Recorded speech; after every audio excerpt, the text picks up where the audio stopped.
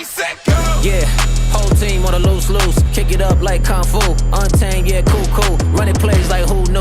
Hella fast when I slide through. You would've thought we was in a zoo. Engine roar like a lion do. Yeah, devil, I'm a damn fool. Switching lanes, hanging out the roof. Tires screech when I bend the corner. All you see is a big poof. Then I'm leaving my initials. Street marks, I'm official. Taking off like a missile. You can hear the wind whistle. Yeah, I don't think they ready.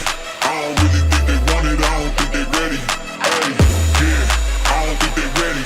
I don't really think they want it. I don't think they ready. Ready, set, go. Go. Go. Go.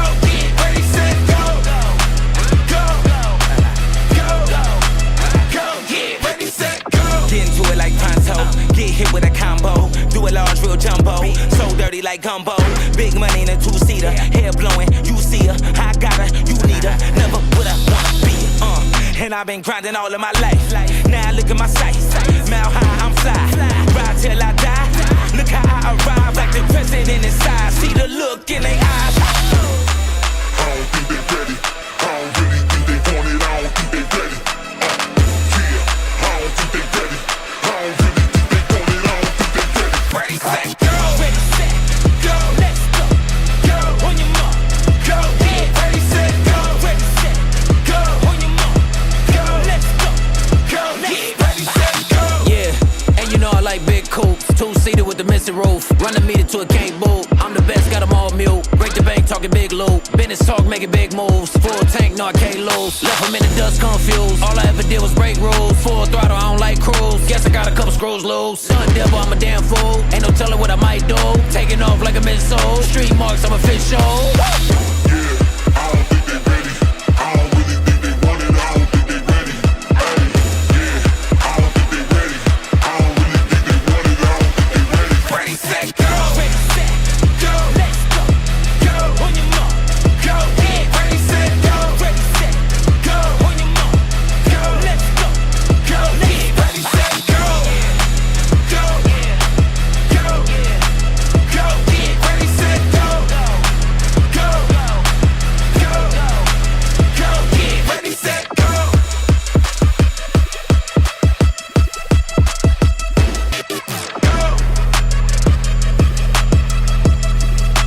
Go. Ready, set, go.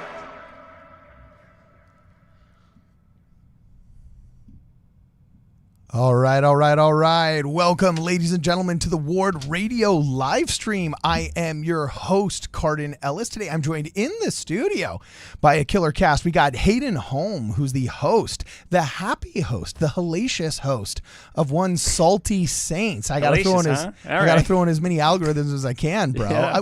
We operate on the fly here. It's a live stream. It's a all live good. stream.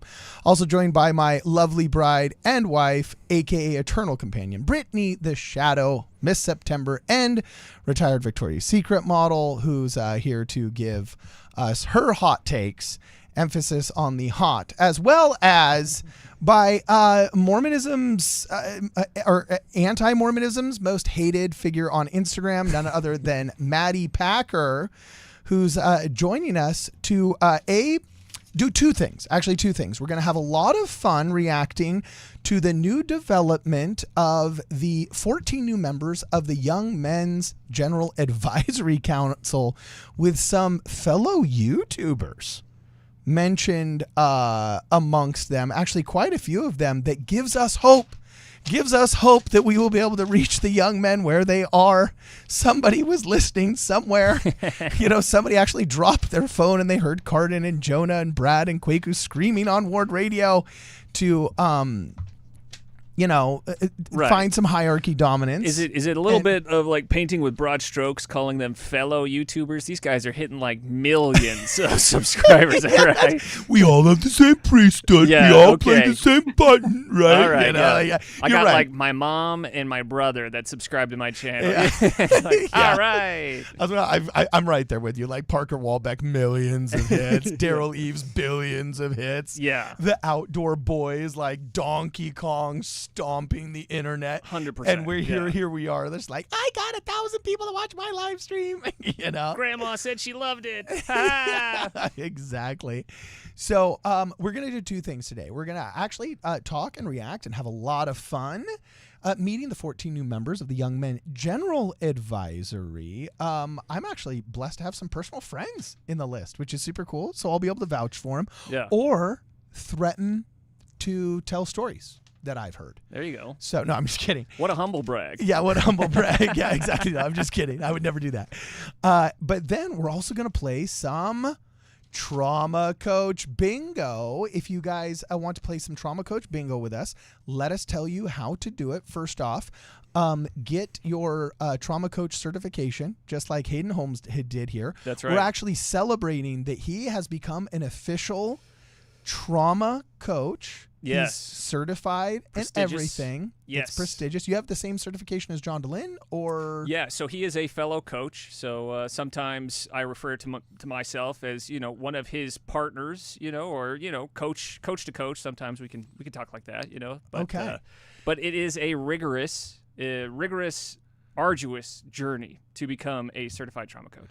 Okay, well, you brought the receipts, my man, and 100%. you are indeed certified. It took you $13 and 2 hours. Actually, no. It took me 1 hour, but I paid for 2. So I feel like I got gypped, but I learned that is actually a triggering term. Oh, yes, that's true. That's true. Shame on you. Oh, wait a second. Hold on. I turned on the wrong microphone, baby. I apologize. Now I got you on the right microphone. I'm out of here. You think there's 14 people in Young Men's now. Now you just turn off my mic. No. Yeah. Hayden, another I just form of want to say trauma. thank you for your service. Yeah. I know that was very difficult for you. So It I just wanted was, to acknowledge that. but I felt like somebody had to do it, and so I was happy. And they were also running a discount, so I got 7% off the course. So it was $13.99 instead of $14.99. Oh, that's great. I feel like we should offer ex-Mormon, anti-Mormon, and even a little bit of evangelical anti-Mormon discounts. We got to do a partnership with this trauma coaching service because Maddie Packer has been just dropping bombs on the internet and making quite a few enemies in a beautiful way.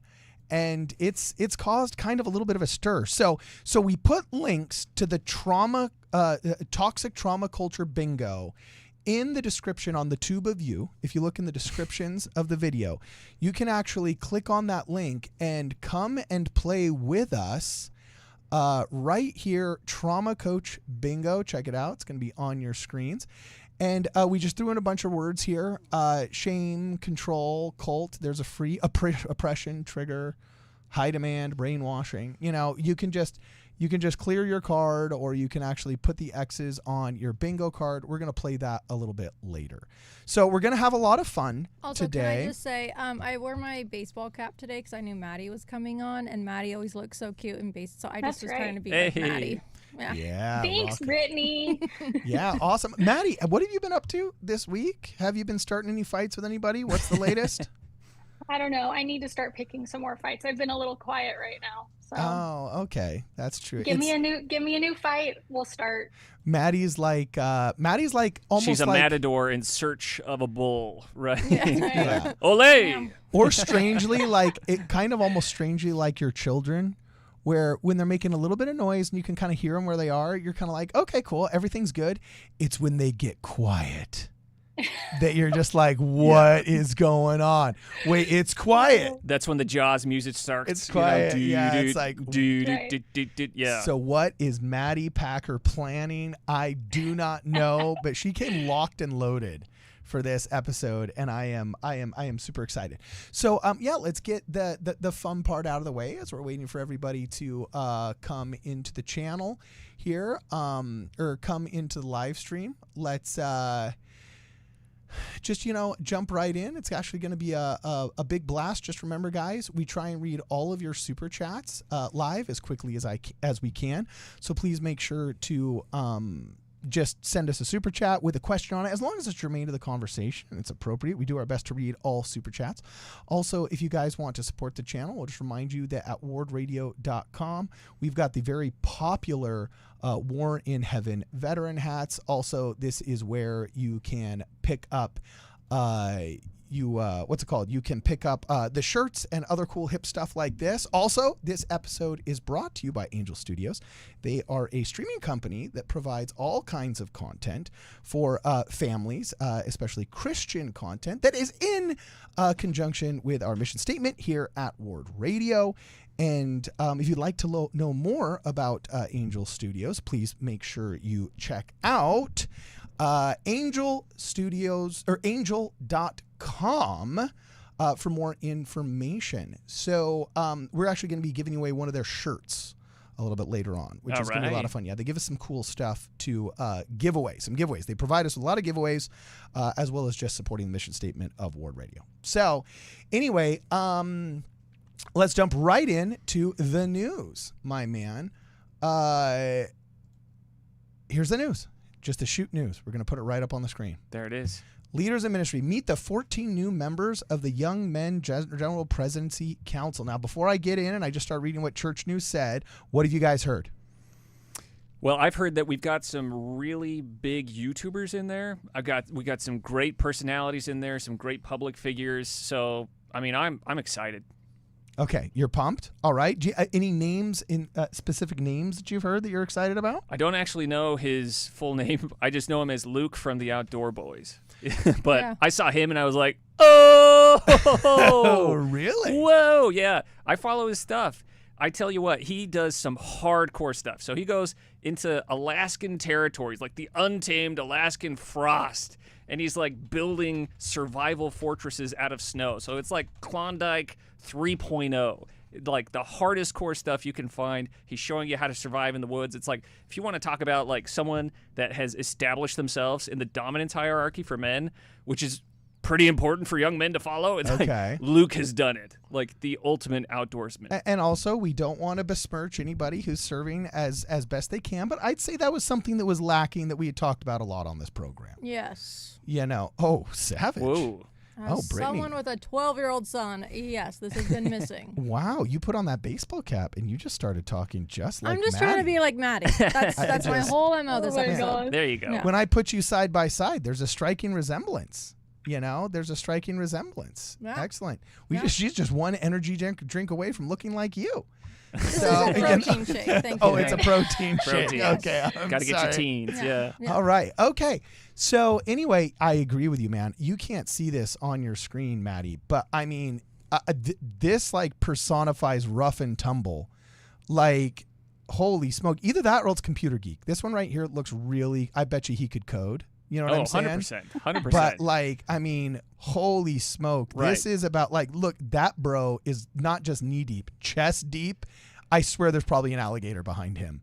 And so not only can he code, but he can also survive a night in the wild Alaska in like negative 50-degree weather, right? It's like, that's hardcore.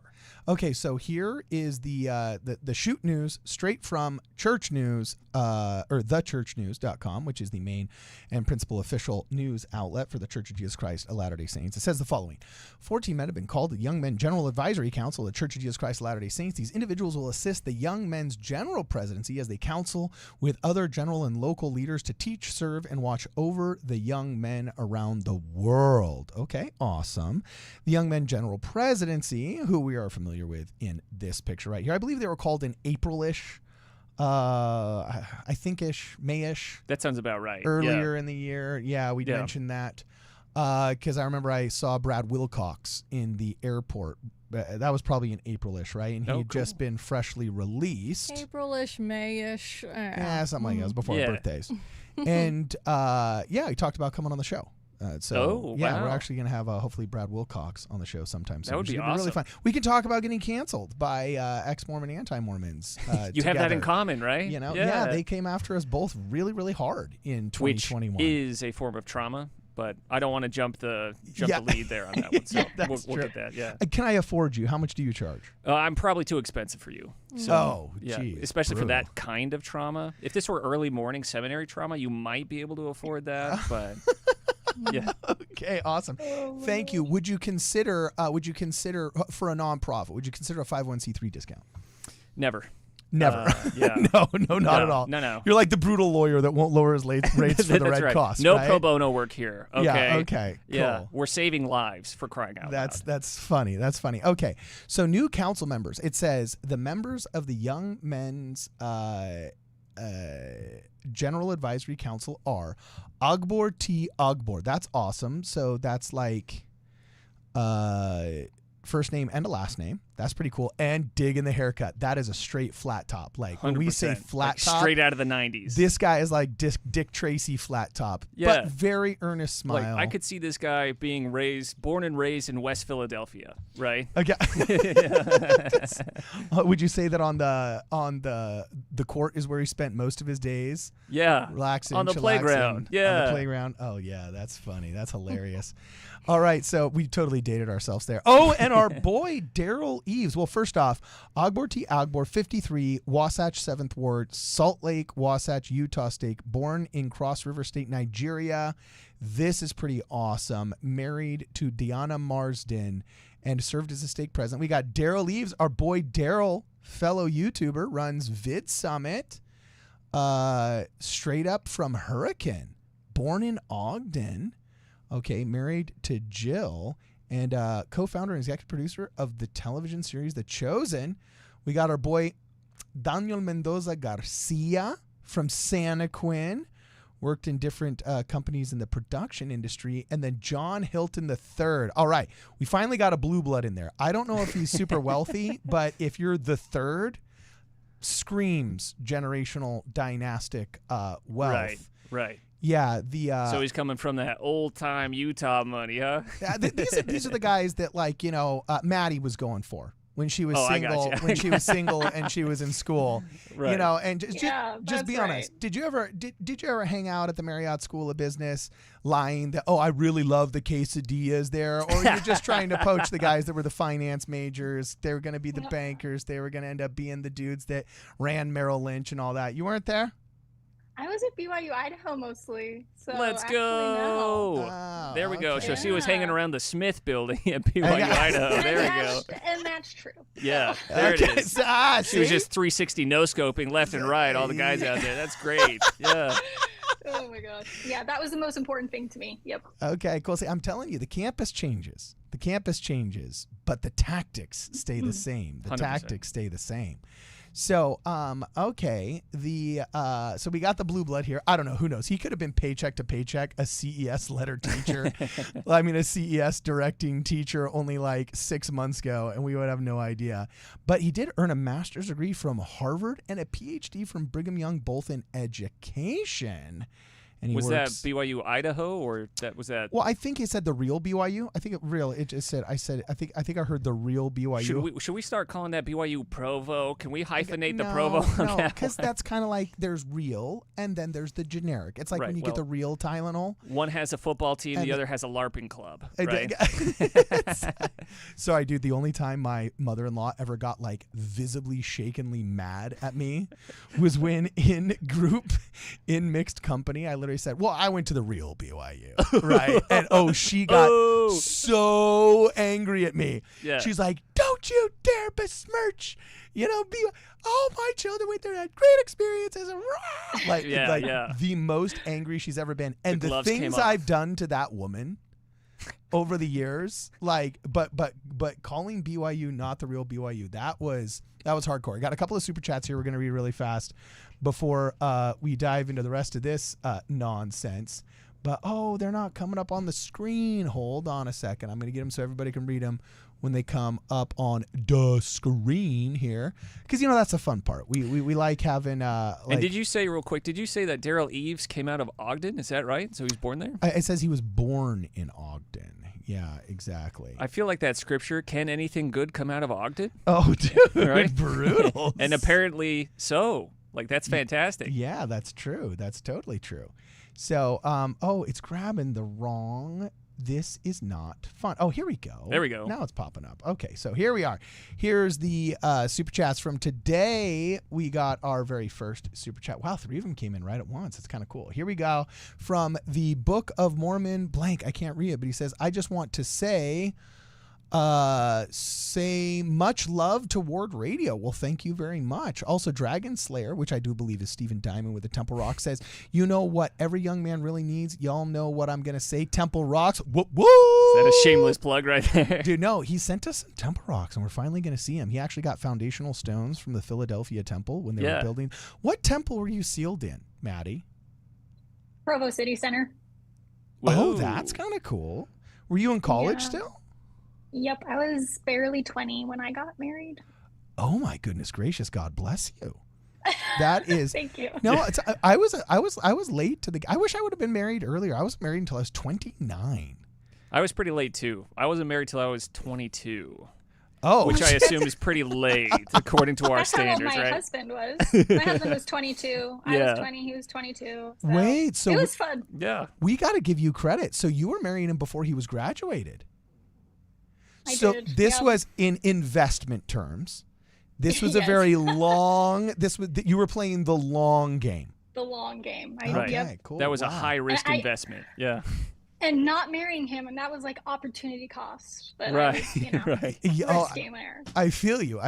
Okay, cool. So, we got John Hilton here. We can burn through the rest of these. We don't need to be spending too much time. We got our blue blood. Oh, now we got Mr. T mixed with the really cool guy that I know down in the Long Beach ward, Richard P. Kaufusi. I hope I'm not butchering that name, but he's a member of the Young Men General Advisory Council from Poplar Grove Ward in the Salt Lake Canyon Stake. Born in Tonga. Awesome. Okay. We got to get him to teach the young men how to do the haka, so you get a bunch of like skinny white boys like, come on, take yeah, wouldn't that be great? I'm feeling you. I hope he's got tribal tattoos. 100%. Dude, yeah. I want to see that dude without his straight up suit coat on. This guy, he probably didn't start fights, but I bet you could end one, dude. Oh, yeah. You're going to run into that guy at the gym. Yeah, dude. And look at this. He served as a full-time missionary in the Tonga Nakualofa. Oh, I'm butchering that. And New Zealand Auckland missions. And then here's G. Sheldon Martin. Okay, they finally got a guy from the tech division of the church to come up from coding the back end of the Young Men Worldwide website. There are dozens of us, okay? And he's going to make sure that the two-factor authentication code is not lost. Let's go. Yeah. There are so many local leaders that experience so many issues on Sunday. The joke goes like that there must be an anti in the church ID department who is just sabotaging all of the church's systems and LDS tools every Sunday because so many members have struggles with that. Actually, dude, guys like this, we clown on them a little bit just because they're good-natured and they're friendly. But, dude, guys like this are always sleepers.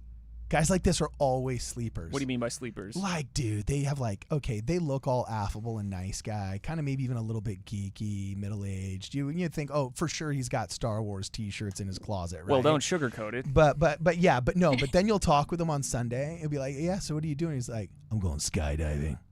These dudes are always they always got something. They're actually, well, look at Luke I'm going from bison Outdoor hunting. Boys. Yeah, I'm going bison hunting with the Outdoor Boys. This guy's always the first to say yes to whatever the crazy adventures is. But there's no picture. The CIA would recruit him. Right. To be a mole in the church before anybody else. Yeah, he's going to go have visions in a sweat lodge or something like that, made out of bison hides. Yeah, dude. Something crazy. So, okay, cool. We go next. Oh, now we're talking. Steve K. Mutombo. Wasn't that the name of the professional athlete? Couldn't tell you that. I was a band kid. Yeah. Oh, really? Okay. I know there was a guy in the NBA called Mutombo, but here he is from the French-speaking Lehigh 35th Ward, which is totally rad. Whoa.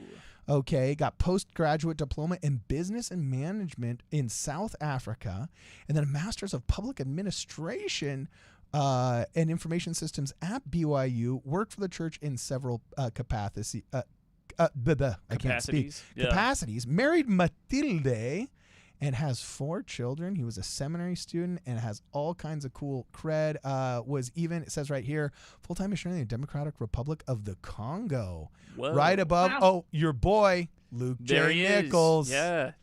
There he is. 100%. This is like the ultimate scoutmaster right here. Yeah. Right? Yeah. And that's exactly what young men need right now. Okay. More outdoors, less social media. And he speaks Japanese. Look at this. It says that he was served as a full-time missionary in the Japan Fukuoka. You're going Polynesian mission. on that pronunciation. I butchered that. Kolipoki. You're right. Do Yeah. you speak a foreign language, Maddie? Are you one of those chicks that went like AP French in high school and you actually kept it, or no? No, I don't know any language. Sorry. What about Idaho and farmer? Maybe like a little bit of Latin, like from my Latin prayers and my Latin Catholic school, but that's like about it. Hey. Oh, that's so cool. Could you go so far as to read like any of the old manuscripts? I mean, if it's like they. If it's like Carpe Diem, yeah, like, Memento Mori, yeah. Like maybe a little bit. Okay, let's try low hanging fruit. Oh gosh, Semper what have I done? fidelis. Semper fi. Semper fidelis. Yeah, always faithful. Oh, okay, cool. That's also just the Marine slogan. Yeah. So, You could have said "oorah" to you that. know what I'm saying? Yeah, exactly. Hey, you passed the test, Maddie. Awesome. You crushed it. We're good. Then Rogelio Osuna. Awesome. Let's check out Rogelio here. Yeah, this guy was straight Ecuadorian Special Forces. That's what I'm guessing. Ecuadorian Special Forces. What He's does it say? got tattoos and gold teeth. He's from Harriman, Utah Anthem Stake. Born in Mexico City. Okay, I was off by 800 miles. There you go. And but he worked at Goldman Sachs for 10 years. Holy smokes. Got 5 kids and served in the North Carolina Charlotte mission above Walter Quiros And props Jr. to him for surviving Goldman Sachs. My brother and brother-in-law served. They worked at Goldman Sachs, and over there, it's a sweat lodge. Like, those guys work you to the ground. They have such a high turnover rate. It's Hey, crazy. speaking of sweat, look who's next on the list, bro. Anthony R. Sweat. Wow. Yeah, Oh, what a remember- segue. Look Yeah, at what a that. segue. Look at that. Call me Joe Bluth because I'm riding a Segway. So he's from a nice part of town, Hobble Creek, Springville, Utah, Hobble Creek State. Born in Reno, Nevada, the biggest little city in the world. Married a lovely woman named Cindy. Has 7 kids. Was a bishop and served in the Bolivia La Paz mission. I think they just chose him for his hair. I don't know. His credentials are not as impressive as some of the other guys, but that is a perfectly coiffed updo right there. And just enough Dieter F. Uchtdorf, silver hair that you can trust him to make, orthodoxly wise decisions. 100%. And, not drive the Chevelle into the side of the barn, but still young enough that kids might think he's cool. Do you remember? I don't know if you paid attention during the Olympics. There was like this sharp-eyed shooter that was from Turkey, where everyone else had like gadgets on their head, and he was just like that guy. Kind of he had like one him. hand in his jean like, pocket. This guy's a deadeye. Yeah, dude. Okay, so you think that's Anthony Sweat? 100%. Yeah. Is the Don't cross this guy. Deadeye shooter. Well, this guy makes me stoked. I don't know who he is, but he looks like the crazy cool uncle that you want at the dinner table. That I don't know. He might have done things in Vietnam that we don't talk about, but he's still got a good affable attitude. Right. Good sense of humor. A good sense of humor. Cracks jokes. He'd pick you up without telling your parents. Like Right, one or 2 right. times. On the 3rd time, he'd tell your parents. Yeah, he'd let But, you drive the car. Hey, don't tell your parents. Don't tell your dad I did this, but you can. Yeah, that's this guy yeah. right here. He's looking cool. He's from Eagle Mountain, Utah. All right, he's from Eagle Mountain, Utah. Born in Burley, Idaho. He worked for seminaries and institutes. Was a YSA bishop. That's a good sign. Salt of the earth people from Burley. 100%. Yeah. On top of, so we got the oldest guy in the group on top of, looks like the youngest guy in the group. There he is, Parker Aaron Walbeck. Oh, they're already giving him a middle name. Hey. Oh, that's straight line for the red chair. If they're already talking about... If they're giving you a middle name already? Parker Aaron Walbeck, dude, you better watch out. Of course, he's smaller. He's a little bit more diminutive. Might have to give him a little booster chair. You know Oh, what I'm wow. saying? So No, you're talking just- stature-wise. Whoa. I'm just kidding. I'm friends with Parker, so I can joke with all him. right. You know what I'm saying? I can Yeah. joke with him. But handsome devil. Yeah. Look at that smirk. Looks like he dominates LinkedIn. He's smirking to me right now like, yeah, Cardon. Yeah. I'll catch up with you later, dog. You know what I'm saying? He'll I'll get you catch back up with for you. that. He'll Yeah. get you back for that one. He's going to back chat you. Yeah. Anyway, look at this, man. Born in Provo, Utah. He's a video production and social media marketing guru. Runs faith-based YouTube channels and Instagram channels. Has 4 children. Was a mission prep instructor, as well as, check this out, missionary in Montevideo, Uruguay. which is a beautiful part of South America, right across the charco, as we say in Spanish, from my mission in Argentina. Super cool guy. I am stoked to hear that this guy is serving in the Young Men's General Presidency next to the samurai himself. I think it was Yamashito, not Yamashita. It's not Yamashita? Oh, no. I think, yeah. So, okay, I take that back. I think, wasn't there... Yeah, I'm pretty sure. Either way, pretty cool guy. Look at this guy. Should we call up the church newsroom? Hey, you got his last name wrong. Yeah, for real, you know. But 72. Oh, my goodness gracious. He's 72. 72. Dude, these Japanese cats, dude. Yeah. That's the thing. It's healthy living. That's I don't know if it's the omega-3 or what it is. It's probably the omega-3s. But it's just unfair. Us Polish people, boom, we hit 40 and we skip straight to 50. You know what I'm saying? These cats don't pass 60. You know? Yeah, that's great. But he was in the Grandview 23rd Ward, all right, received a bachelor's degree in education from Saitama University. Looks like he can speak Japanese with our outdoor boys there. And he teaches at BYU and works as an internship coordinator. Married Tazuko and as an emeritus general authority 70. Dude, he's actually old enough. I bet you he knows some of the legacy families down here in LA from World War II. Whoa. No, dude, it's crazy. It's actually a very sad and dark part of the history of California when we interned the Japanese. Yeah, yeah. You know, and I've actually been to the Japanese internment camps, but there were some based members of the church that actually were friends in like San Francisco and down in LA with Japanese members. And they'd work close enough with the government or with the FBI or whatever that they knew this was coming. So like the day before, they went to the person's house and said, "Do you trust me?" "Oh, yeah. Sell me everything you own for $1. And he was like, what? And they talked it over, sold him everything you owned for $1. So when the government came to take it away, he said, "No, it's not mine. I rent to my neighbor." Hey. So when they made it home from the internment camp, he was able to sell it. Dude, like black belts and legalese. Oh no, right it is so bad. Look at that. What happened to Japanese Americans in Southern California is absolutely horrible. And the crazy thing is they were still so patriotic. They developed a platoon to go serve on behalf of the U.S. Army from the internment camp. Whoa. We had Japanese soldiers whose parents were serving in internment camps, never to receive their money back again that was confiscated by the U.S. government, still going out to fight and die on behalf of our government. Like, dude, SoCal Japanese American families are so freaking hardcore. Like, second only, I shouldn't even say second, but like on par with like these hardcore BA Mormon pioneer stories that you hear. Right. You're just like, all right, this is like next level masculinity. Like a modern Mormon battalion right there. Yeah, man card stamped 3 times. You know what I'm saying? Like, I got you. Yeah, so this guy, dude, 72-year-old Japanese dude, he's got friends. He knows where some bodies are buried, bro. For sure. You know, this guy knows where some bodies are buried. And that's cool, dude. This guy's cool. He gets cool points. So anyway, there we are. We're excited. What do you think this means for the Church of Jesus Christ of Latter-day Saints as a man who constantly talks about men in the church and masculinity, Hayden Carroll, and then we'll jump to Maddie and we'll start Hayden paying trauma. Holm, by the way. Sorry, Yeah, Hayden no, it's all Holm. good. I'm sorry, buddy. Get that all the time. Yeah. I know, for real. So what does this mean for you, my man?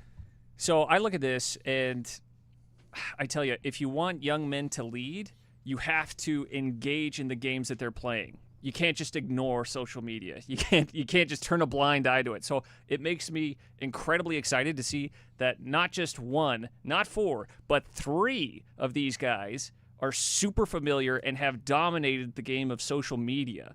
So I think you are going to see that young men are going to be able to see these guys outside of their shirts and ties and see how they interact with the world, see how they engage online, and that is going to give them role models that they can actually follow online.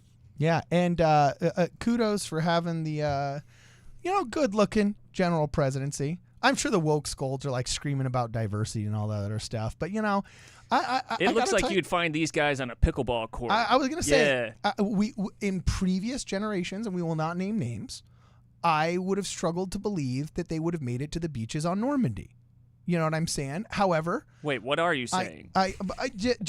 Maybe it was a little bit tougher to get behind in a hoorah kind of way, Okay.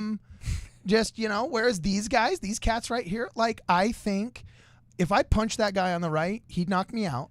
100%. This dude right here in the middle, guaranteed he can catch the keys if I throw it at him, and he can probably peel out and then, You know, he can drift around the corner. And this dude on the left, man, he smiles, but he knows how to lay a Claymore mine. Like that guy right there on the left, he knows how to lay a Claymore mine. He's seen things. So he's seen things. So anyway, any other thoughts, Brittany and Maddie, before we go along? Yeah, I would just like to say, I think I left for about 5 minutes, and in those 5 minutes, I had two people tell me, you should probably get back in there. Cardon's talking poorly about BYU Idaho. Oh. So I came back and, really? Yeah. Who said that? They will remain nameless. Well, you and... it's not your mother-in-law, is it? No, but I should text her right now. Yeah. So, Maddie, do you have any thoughts yourself? What are your thoughts? I've been off the social media scene for so long that I need to get more familiar with some of these people, obviously. But my hope is that including more men that do understand what's happening culturally on social media and what the narratives are that are being circulated about masculinity, about patriarchy, about men's roles in women's lives, about men's roles in the church, in society. My hope is that they can help direct young men to realize that there's nothing wrong with them, that we need masculinity. We need good spiritual leaders that are willing to stand up and to have strong families and strong marriages and lead us and the next generation into these last days that we're talking about to prepare for the second coming, and help other people realize that everyone does belong here and that young men do have a really important role to play. Oh, that's awesome. So have you been feeling a lacking as well? Because kind of over here on our side of the aisle, we've been kind of feeling a lacking as well. What's your take? Like a lacking on just like church, some like social narrative. Some like just some you know what I'm saying? Like yes. I think that because the church is so large, sometimes they do have to kind of take like a PR stance officially of like, we don't want to offend, we don't want to come across too strong in some areas that I think people like me and young people are like, no, we want to hear you draw the line on this. We want to hear you come out with the bold statement, with the bold assertion, what's right, what's wrong, how should we be living our lives? Because that's what helps young people find direction. And it's also what helps dispel the false narratives that are being fed to us to ruin families, to dissuade marriage, to dissuade women and men working together, getting along together. And so, yeah, I'm excited and hopeful that this will bring a little bit of boldness, I guess, in tackling some of these issues head on. Well, the thing is that what I really like is that Luke, specifically Luke from Outdoor Boys, he has documented so much of his life that the young men in the church can now go and learn more about how he operates in the world under high stress situations. Like, we're talking like maybe he heard a moose or like a bear or a wolf outside his homemade shelter. And how does he navigate that? And you see him just like in the most cheerful, happy way handling like this incredibly physically challenging thing. And I think that's just amazing because young men need father figures more than ever, especially today. And so this is a positive role model, and they get to see what he looks like outside of the suit, right? Outside of the suit and tie, which is not something a whole lot of young men are able to see with the other brethren, which I'm sure they would probably feel similarly with these other young men advisors if they were able to see how do they engage outside. But this is so exciting because he's engaging in things. I had a young men leader that was basically a father figure to me because he was into extreme sports, and he would take us on the big hikes, and he would show us like this is how a man handles difficult challenges during like big hikes, or he would have us on big bike rides and stuff like that. And that is what young men need. Yeah, agreed. Awesome. You got anything to say, babe? No, but we have a super chat. Okay, I was about to say, keepers of the chats, why don't you catch up with us on some of these super chats? Dustin Curl says, okay, cool. Making me cry with the Japanese stuff, very touching. Oh, yeah, thank you. Hey, don't thank me, thank them. Some of the best people, like the best people in Southern California, I got to tell you. Then also there's, I already read the first Book of Mormon one. the second Dragon Slayer ones. Alicia Brown and Dragon Slayer. Can you read those as well, babe? I'd have to scroll. Okay. Alicia Brown says, please make Charlene a YouTube mod with me so I'm not alone. That is lovely, Alicia Brown. Alicia Brown, thank you so much. She has been dutifully helping out, moderating the Discord as well as the YouTube chat, and I did indeed do that.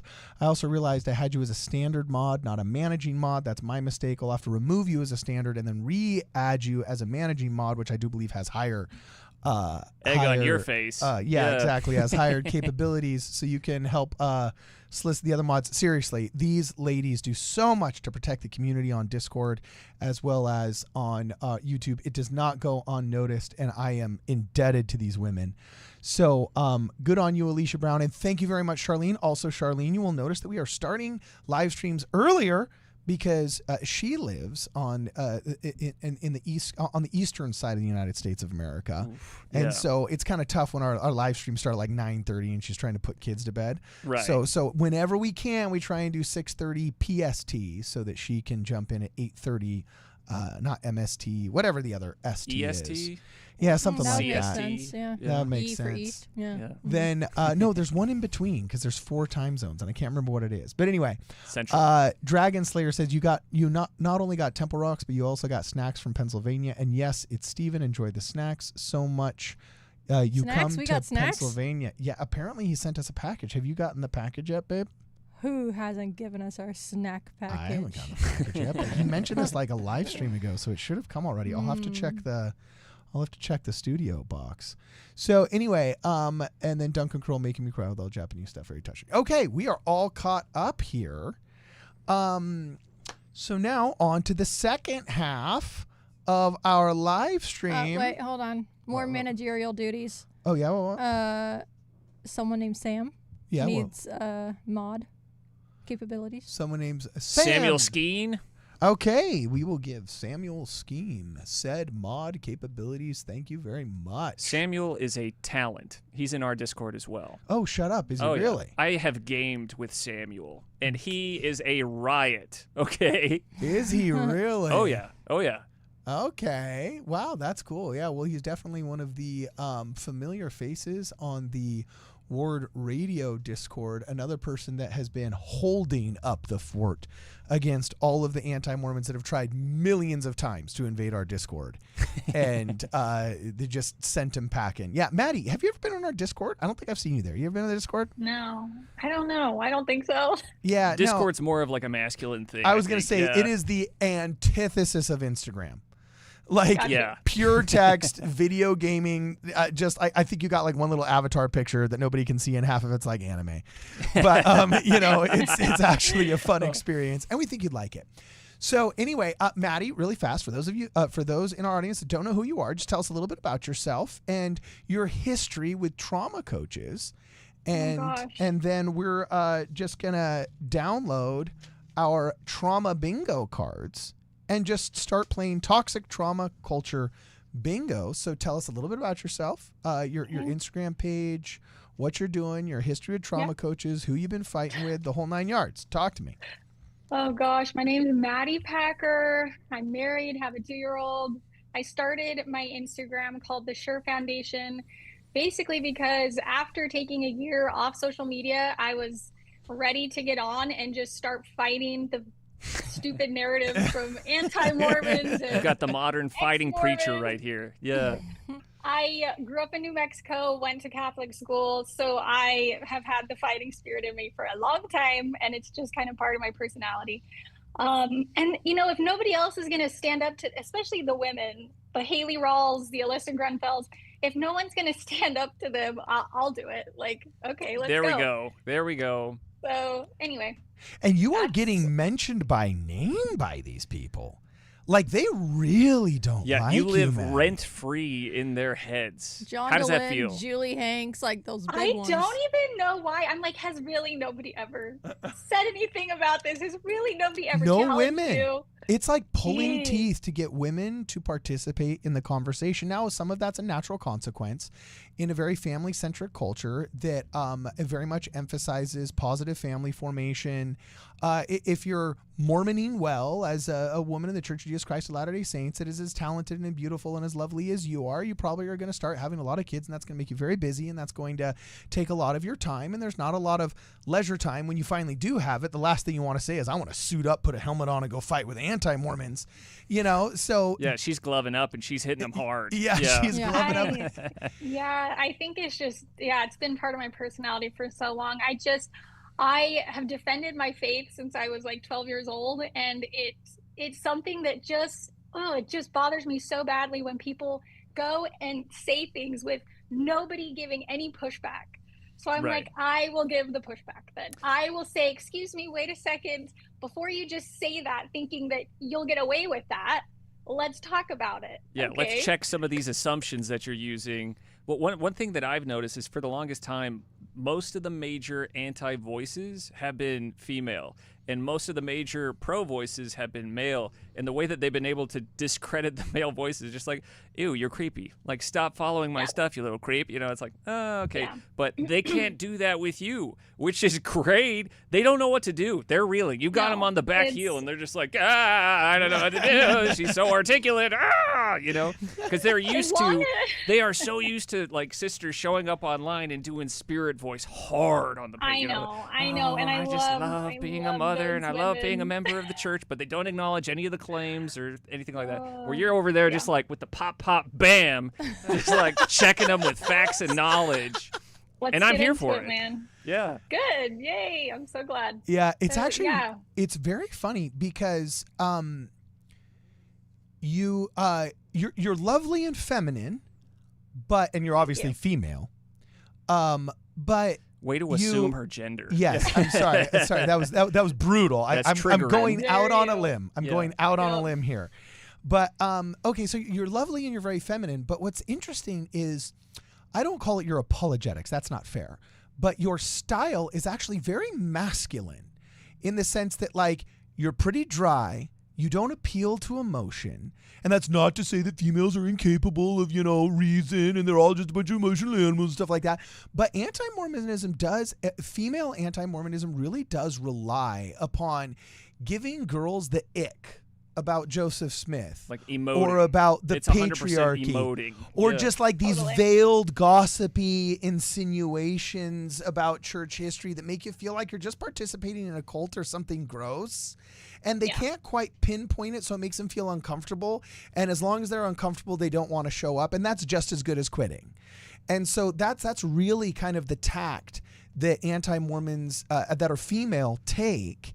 And usually the very lovely and well-intentioned and kind female apologists that want to fight that oftentimes can't, because you can't just like make cookies for that and say, well, let's agree to disagree and leave. You have to be willing to say, no, what you just said about Joseph Smith was a lie. Here's the receipts and we're moving on.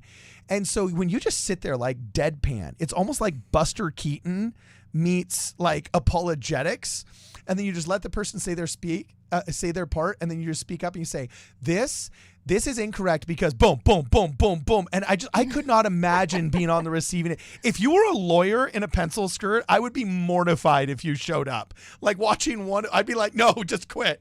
Just run away. Yeah. I want to leave right now. I want to leave. A lot of their Man. arguments actually need trauma coaching after you're done with them, because you just beat That's the right. chart out of their trauma arguments. Everything you say is just hard hitting, and I love it.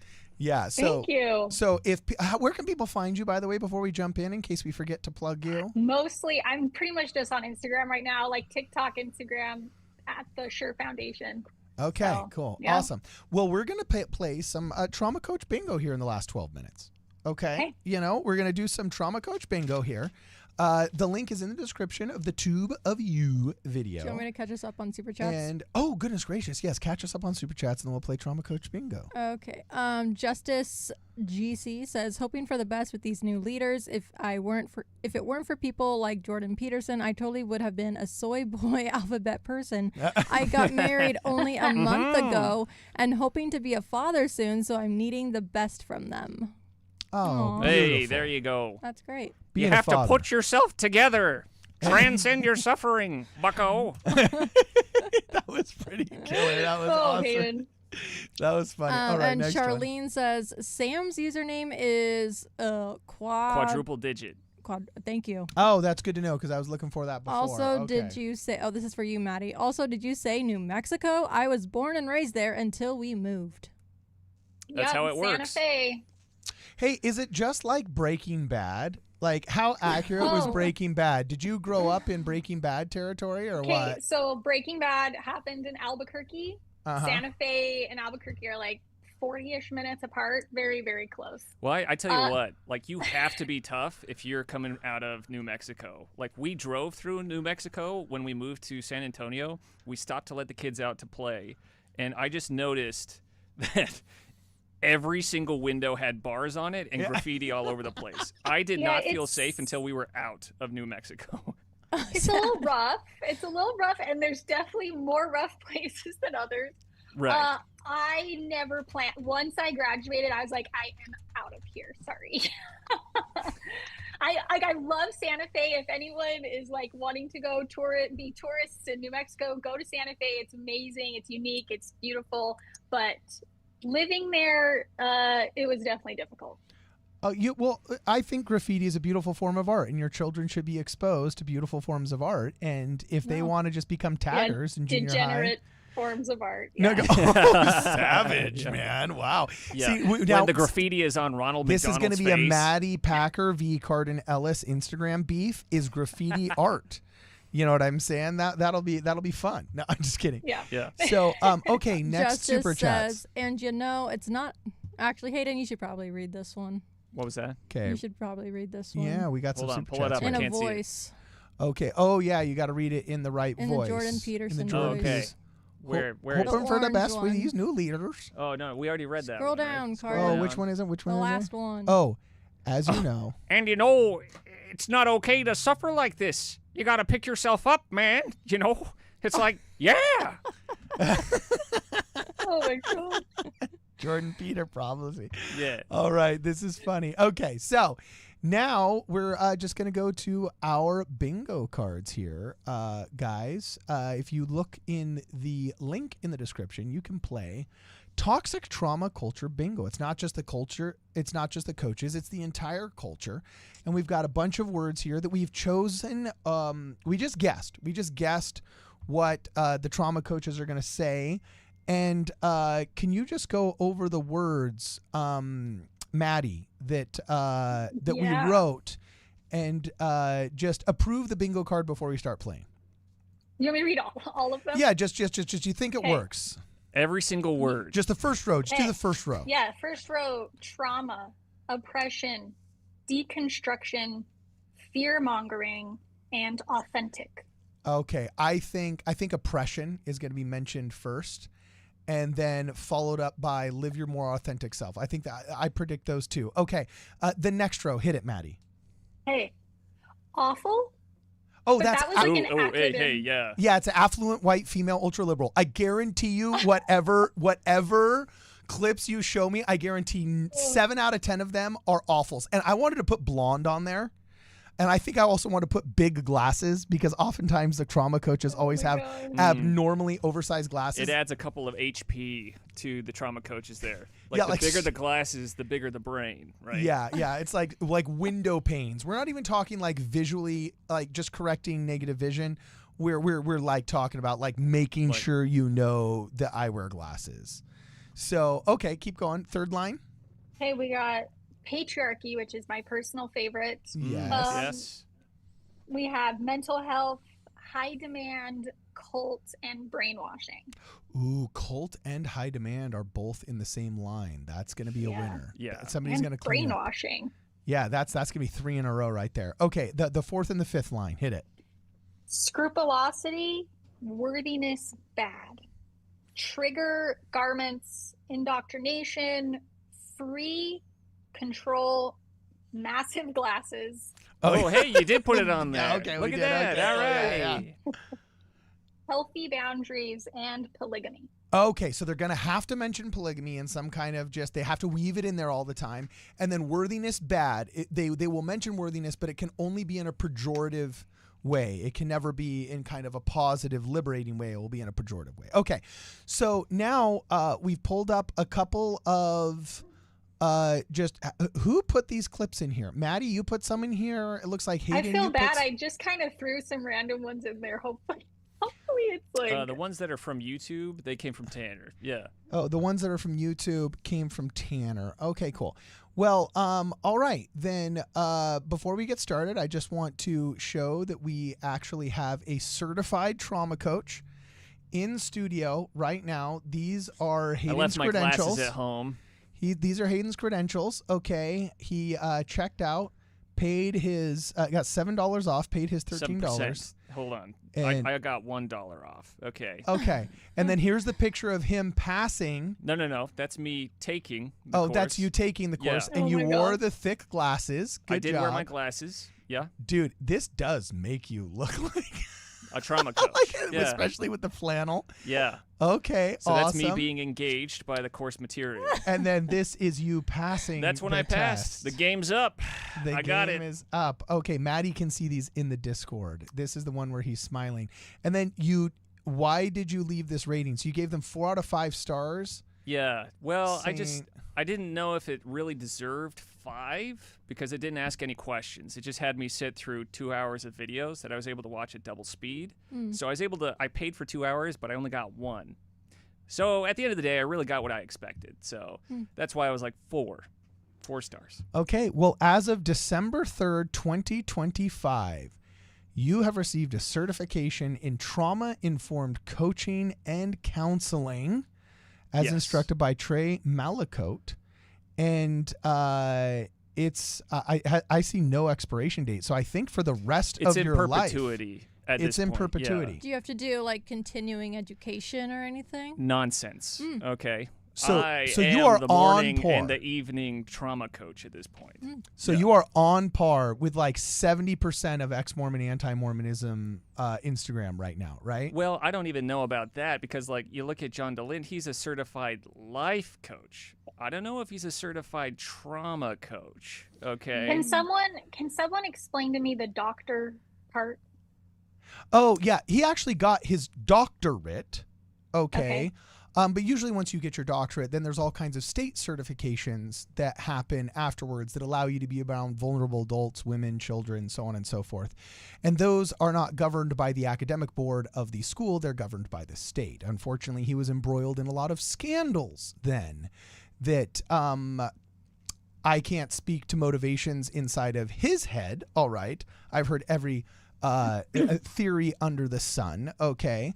But most likely from what I can tell and glean from people that I trust that would be informed on the subject is he probably wouldn't have passed, so he didn't take that test, shall we say, in simpler terms.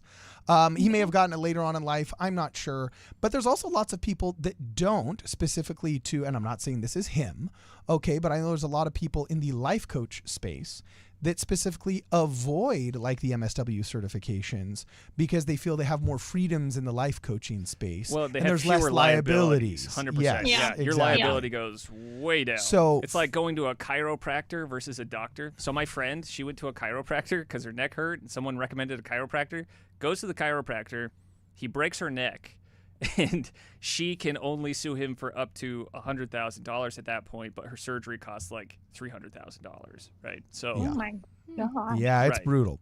So anyway, Dang, I love chiropractors. yeah, yeah, no, I've been feels good, yeah. you know. Dang. But now, for the longest time, he practiced under a life coaching certification, I do believe, if I'm not mistaken. But it's a problem in the politically progressive and especially in the ex-Mormon community of people doing faith deconstruction under the guise of counseling. Then when you look at their certifications, they're degrees that can literally be achieved in an hour of online classes watched at double speed, where now you are literally just an activist masquerading as a counselor, hurting people's lives instead of helping them. So, all right, let's choose a number. Maddie, you're our guest of honor today. Why don't you choose a number between 1, 2, 3, 4, 5, 6, 7, 8, 9, 10, 11, 12, 13, 14. 14, between 1 and 14. Choose a number. We've got a bunch of just randomly selected. We just Googled trauma coach. Or XLDS or ex-Mormon, You mean hashtag we Mormon, researched. trauma counseling. Yes, I'm sorry. That's we right. researched. Hey, we researched. We researched trauma counseling. And so we're going to receive some ex-Mormon trauma counseling and play bingo to see who gets bingo first. The person that wins gets either a free t-shirt or the value of that free t-shirt donated to charity of their choice. So pick a number between 1 and 14, Maddie. Let's do 7. 1, 2, 3, 4, 5, 6, 7. Okay. This is someone called No Nonsense Spirituality. All right. No Nonsense Spirituality. Let's see what she has to say. Oh, blonde.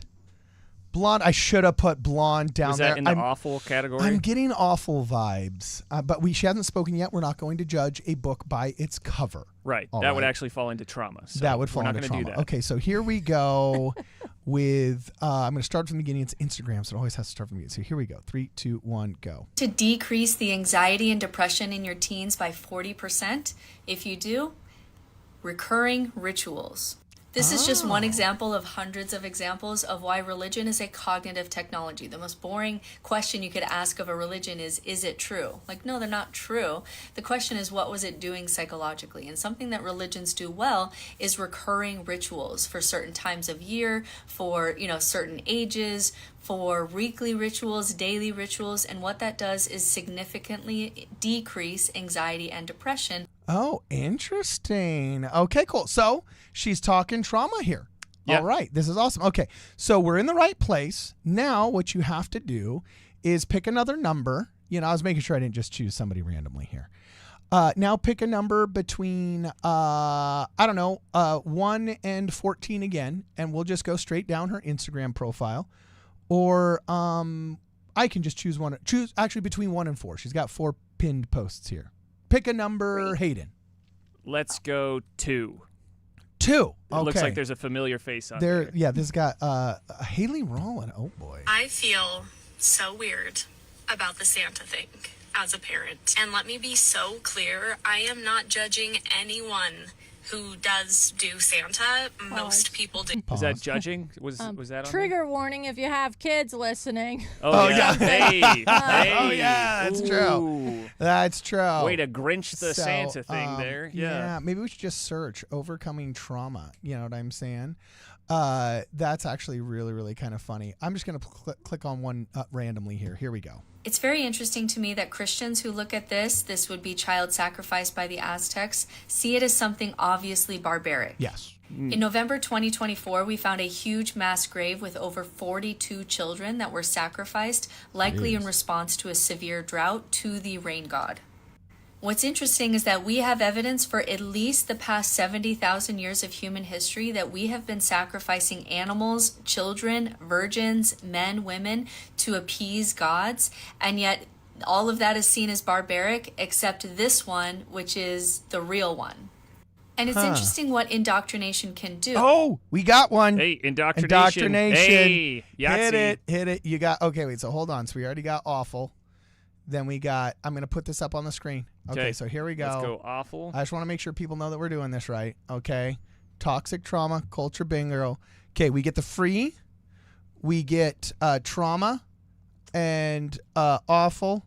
And then where was the other one? Oppression, gaslighting. And it was indoctrination, we said, right? Okay, That's indoctrination. right. Yep. Okay, we're going to go back. We got that. Okay, and she's going to keep going. Oh, shoot. Where were we? Oh, dang it. Oh, yeah. I think that's the What? one. What did she imply was the real child sacrifice? I know, that's what can't- we sorry, got to I go back can't and see. find it. We got to go back and find it. I got too many tabs open. Oh, this is horrible. Hold on. I got way too many tabs open.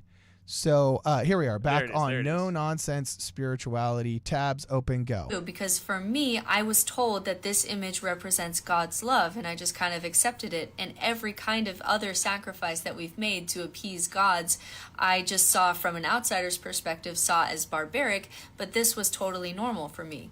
I've never seen a bloodied Christ hanging inside of a Mormon chapel like this in my entire life.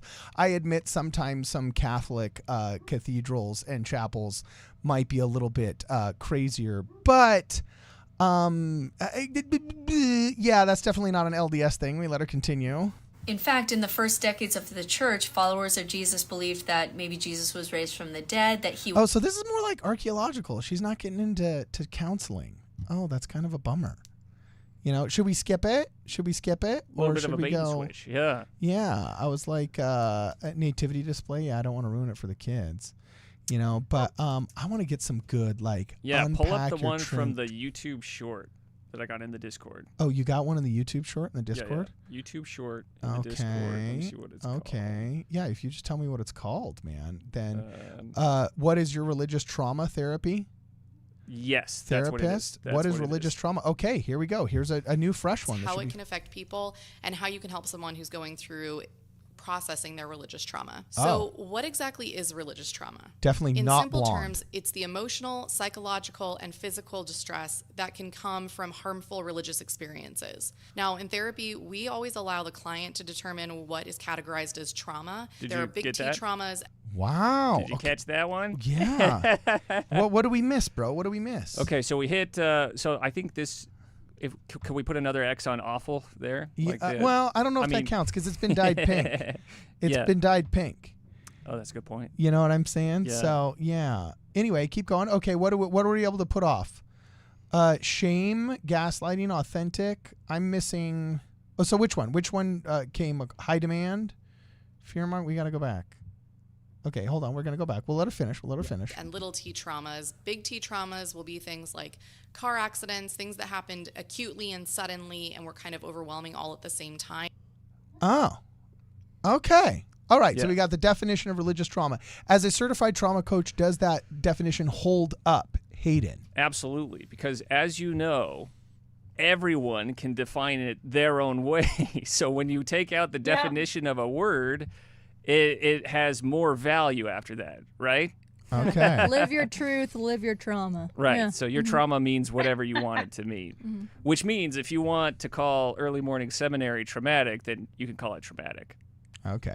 You know, actually, I'm not sure if that's going to help us with trauma bingo as much. I mean, I do Yeah. think that fits the awful, but there are a couple more that we can get to. Okay, yeah, the hidden scars of religious trauma. Now, also, I will just say as a side note, all joking aside, I'm actually a huge fan of good therapy, not bad therapy that we've devolved into, but good therapy. And there's a very interesting book that I was speaking with the Comeback podcast over called The Body Keeps the Count, I think it's called, if I'm not mistaken.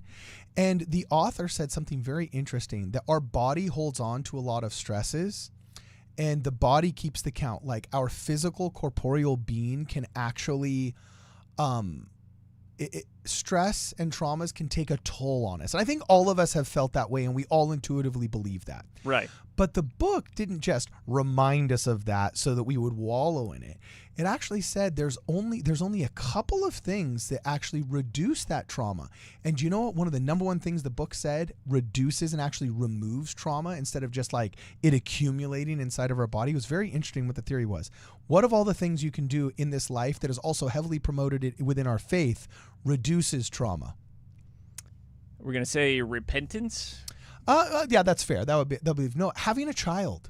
Hey, look at that. Having a Oh. child. Having a child. Why is that? Because your brain, when you have I'm a just child, testing your your- knowledge, by the way. I already know as a trauma coach, certified, but I just Yeah, wanted to yeah, see yeah, if you guys knew the answer. Yeah, let's see if you know, Maddie. Yeah. Why hit it? Well, my basic understanding was that when you have a child, your brain is thrown back into a phase of rewiring so that you can actually learn how to parent and take care of this child. It happens for both men and women, mothers and fathers. Their brains become neuroplastic again once you have a child. Because children bring out your demons, right? Oh yeah. 100%. Like you have kids, they push you and they force you to grow up and to start compartmentalizing your feelings. Yeah. Yeah, and It's actually internalize kinda and true. integrate the shadow. Okay. As Carl Jung would say. So Brittany, pick another number. A number between 1 and 7. 2. 2. Okay, so here's 1, 2.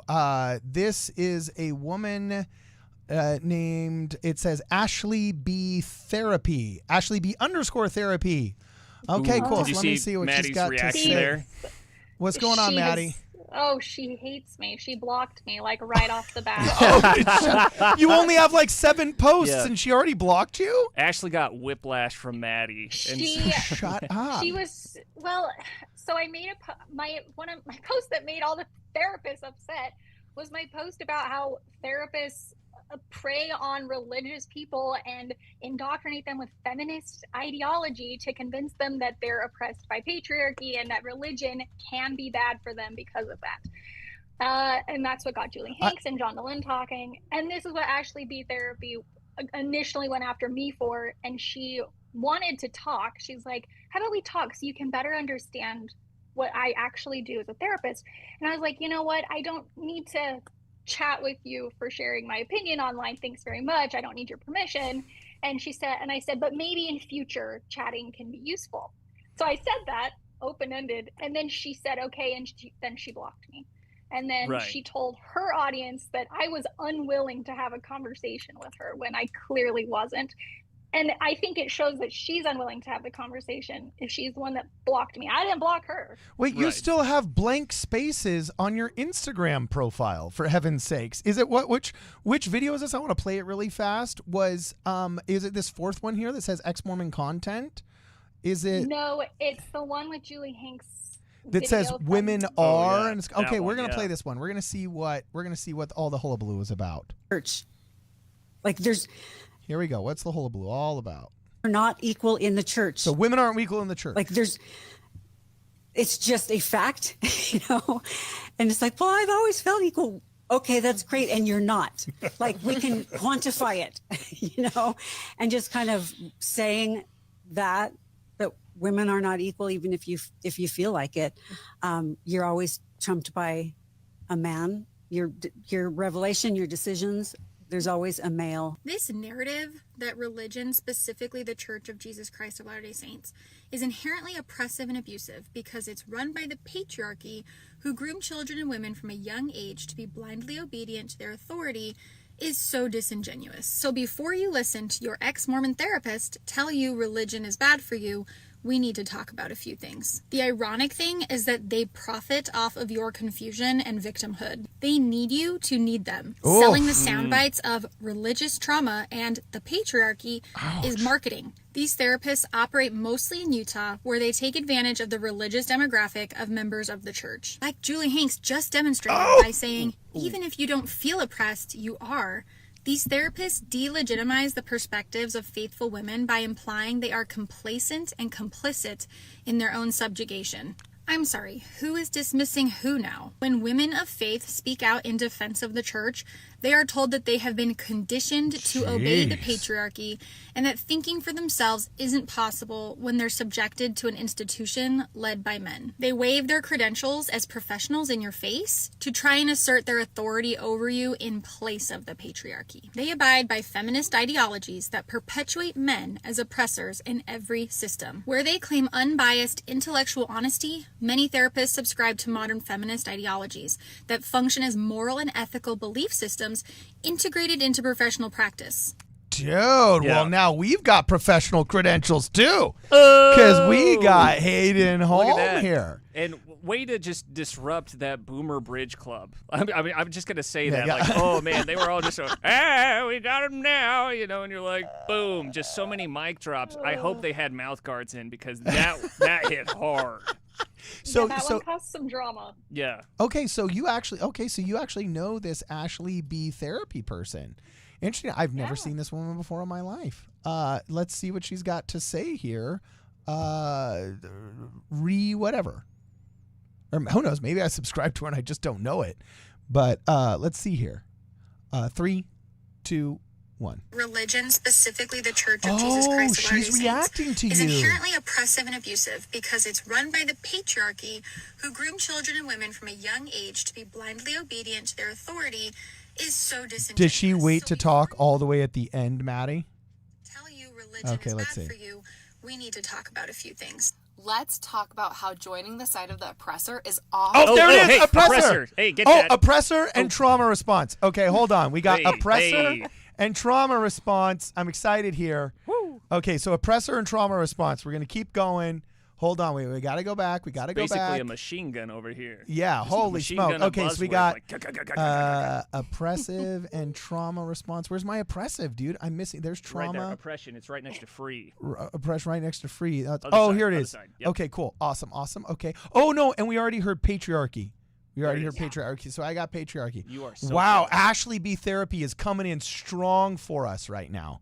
Here we go. A response for many women in the church. Hi, I'm Ashley. I'm a licensed therapist in Utah and California. I specialize. Hey, so is Hayden. Well, no. So I'm is not Hayden. a licensed therapist. I'm a certified trauma coach. Okay? Oh, yes, you're right. Let's- Okay, I don't you have for to answer to a licensing board. All right. Thank you for correcting Yeah. the record. Thank you for correcting the record. Okay, here we go. And trauma, specifically developmental trauma, generational trauma, and religious trauma as my primary practices in Utah.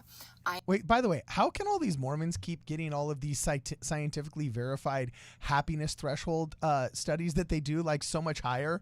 And then there's an entire industry of religious trauma. Like, scrupulosity is real, and I would never wish the burden of OCD on anybody. And I got to tell you, I've had beautiful and lovely conversations with licensed therapists on the spiritual journey of overcoming scrupulosity. I wouldn't wish that on my worst enemy, okay? But that is different than some feminist trying to rewrite your personal history and convince you that you actually didn't have a wholesome upbringing because your mom made you go to Young Women. Like, I'm sorry, that's not or that trauma. your parents taught you about the beauties of marriage, and now you're like, they are grooming you for marriage, ha ha. You know, grooming you for the most successful institution in human history. right? Just All like right, my yeah. high school teachers groomed me to take the ACT, right? You know, It's like, okay. So here we go, dude. She's only like 10% in, I think, and we've already gotten 3 almost bingos. Yeah, we might I hit am bingo on this also one. ex-Mormon. The Mormon patriarchy. Oh, there it is! does Patriarchy, cause yeah. harm. Causes And when I harm! talk about Harm. this, I'm not just talking about the Mormon men. Actually, it is the women who continue to reinforce the patriarchy. Oh, and she's I'm right an here. enabler. I'm an enabler. How dare you? Okay, wait. So hold on. We've got. Did she say healthy boundaries? Healing, abuse, high demand, brainwashing. Oh, brainwashing's coming up. You know it. Yeah. Okay, so here we go. Hold And on. again, this is a survival mechanism. If I can join the side of the oppressor, I survive. If I become an oppressor, I am thriving in a patriarchal system. We see this in a number of ways. I cannot tell you how many mothers and grandmothers tell their daughters to have sex with their husband whenever he wants. That it is. Oh, hey, Brittany. Brittany, did your mother and your grandmother ever sit you down and say, have sex with Cardon whenever he wants? That is a negative. Yeah. Okay. Hey, Maddie, did you get that memo? So you guys, I was playing this video and my grandma was sitting around and she was like, "What's wrong with that?" Oh. I was like, "I love you, Grandma." How many children did she have, and how happy is she in her older years? She's so happy, and my grandpa died a few years ago, and she misses him dearly, and she wishes more than anything he was still here. Yeah, I She think had the 5 term you're looking kids. for is traumatized. How traumatized is she? She is so traumatized by her loving husband and wonderful marriage. And this legacy of children and grandchildren she has to console her in her solitude I'm looking of these for last Kleenexes years. over here. I can't find anything. Yeah. This poor woman. You know, okay. I think we can actually cross off the brainwashing piece because she was saying like, yeah, they're complicit in all of this, and they don't really know. You it. know, If only that's they a were gimme. awake. Women That's a join gimme. the Yeah, oppressors. if only they were red pilled, then they would understand. So here I'm going to give that one to you as the Certified trauma coach. Yes, and also just me as the regulator of the game. I'm going to give that to you. So which one was that again? We're gonna call that brainwashing. Brainwashing. Okay, dude, I am so What close. is brainwashing? Now, I said scrupulosity. No, that doesn't count. It has to be the trauma code. Yeah, they have. So I just need gaslighting, a pejorative reference to worthiness, and or fear mongering, and I have bingo. So here we go. Ashley B, come through for me, please. By the way, Ashley B., you are invited to come on the program anytime. I will fly you down. You will not have to pay a dime. I will fly you down and put you up in a nice hotel here in Los Angeles. And you will have carte blanche, 30 minutes, mano a mano, telling me where I go wrong, where Brittany goes wrong, where Maddie goes wrong. And we'll have a lovely discussion if you really think so. But I don't see how you really. I mean, of course, there's always going to be some bishop that did something horrible. Like any good system, there's going to be bad apples, and there will be heartbreaking stories that cannot be overlooked. And whoever offended these folks, it deserved millstones, if that's what you're referring to, right? But outside of that, I actually do believe the Church of Jesus Christ of Latter-day Saints as a whole, because we are speaking as a whole here, if we're addressing religious trauma as a whole, is actually a lovely institution that creates happiness in people's lives, not trauma in general. So I kind of personally feel that a lot of this ex-Mormon, Utah-based trauma coaching is a little bit of a grift. Does somebody else here agree or disagree with that take? Well, and it's like in my initial video, I never said you shouldn't seek therapy. I said be wary of biased ex-Mormon therapists who have a huge, obvious agenda and who use anti-Mormon, ex-Mormon talking points in their marketing on their social media platforms. They're like, well, you have to read my disclaimers. I have disclaimers on my Instagram. What I say on Instagram isn't therapy. That's advice. not me practicing therapy. Now here's the interesting piece. I've actually done some research on this, and the thing is, good job mansplaining, by the way. Oh, sorry about that. I feel triggered on behalf of Maddie. Well, this is how I drum up work for myself. Right? Okay, cool. Keep going. So the thing I need some therapy now. Yeah. Well, I know a guy. So the thing is, while it's not her practicing therapy, this is marketing materials, right? So these are marketing materials that are coming out, and according to ethical codes from the American Association of Family Therapists, you are not allowed to make false or deceptive or misleading statements in your marketing materials. And there are codes all around that. And so I've made a couple reels in responding to Ashley where I actually cite the code. It's like, hey, wait a second. This is your marketing material. You're promoting misleading things because you're painting the church with really broad and dark strokes here. She has literally said Mormonism was built on child abuse on her therapy marketing page. Wait, who's the she? Who are you talking about? Ashley. This girl? Yes. Oh, shame on her. And besides that, like, how rude was she to Maddie? And, like, I don't know. So rude. Like, rule number one in, like, therapy is do not label people. Like, I have my bachelor's in psychology. Right. That's rule number one, is you do not label people. And here she is calling Maddie. She's just an oppressed, brainwashed woman. Like, she literally proved the exact point that I was saying in my video. She completely dismissed my perspective as a woman and was like, she's only saying that because it's her survival mechanism to just agree with the patriarchy. And so she's actually part of the problem too. And it's like, she's implied that I had suppressed trauma and that my trauma response was to side with patriarchy. Well, you just had a kid though. So now you're back on the patriarchy wagon because, you know, like having the baby gets rid of the trauma, neuroplasticity. You're back to allowing Hayden to mansplain you. Like, this is awesome. Funny. Right. And then to charge you for it. Yeah. And then to charge you for it. So let's let her finish. See if we can't get bingo. Is their divine purpose to give their husband sex, or he will seek it elsewhere. I cannot tell you how many women are policing what other women are wearing. Furthermore, I've seen countless content about women just talking about how they're not being oppressed. They're not oppressed in this religion. It's their choice. Hey, girl, I believe you. And I also am curious why you're so activated. If you're not being oppressed and you're happy in your religion, it doesn't matter what I have to say or any other trauma therapist, because what we have to say then doesn't apply to you. But here's what I know about trauma is often... Okay. Should we call that gaslighting? Does that fit in? Well, she was going to say, look, she literally says, it's on the screen, it says trauma is often unconscious. I think that counts as gaslighting right there. But I bet you she's actually going to say the word. But maybe she won't. Okay. But this also might count as fear-mongering. I might actually walk away with a bingo. But also, she here. did say policing. So, like, what other women are wearing? Should we call that garments? Like, that's garments? true. That's but did she not say control? Has someone said control at this point? Because that's a word. Oh yeah, right. it's right next to You're cult. right. I forgot. Hey, Cult. I got too excited. My pen. You're flew right. out. Oh my gosh, I am only one fear or fear-mongering away from getting a bingo. Yeah. You know? Okay, so here, dude, Ashley B is giving us like 90%. She's coming through for us.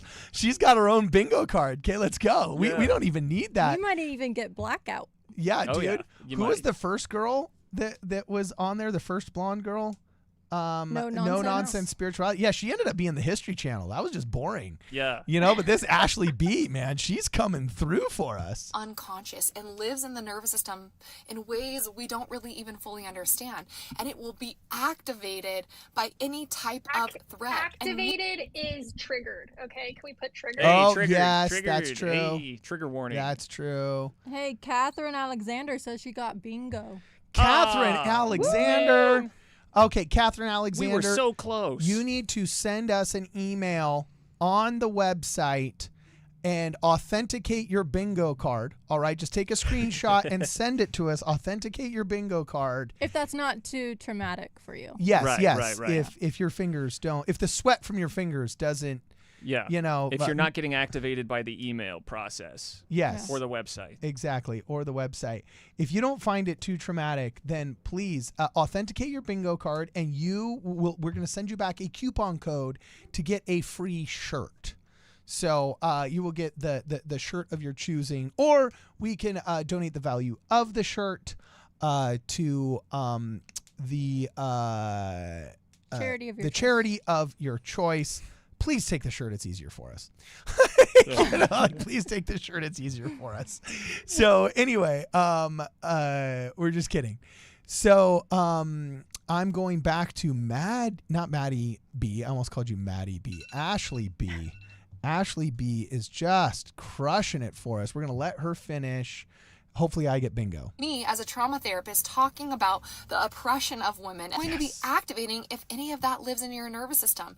And if you grew up in the church, if you were born into the church, if you have ancestors in the church, your DNA has literally been programmed to accept this, to participate in the system that is often very oppressive. If you have a grandmother, so if you have a grandmother, a mother, and you are Mormon, you are genetically predisposed now. That's right. It's like cancer, baby. Well, and you know what they say, both claims require no evidence, right? That's right. Yeah.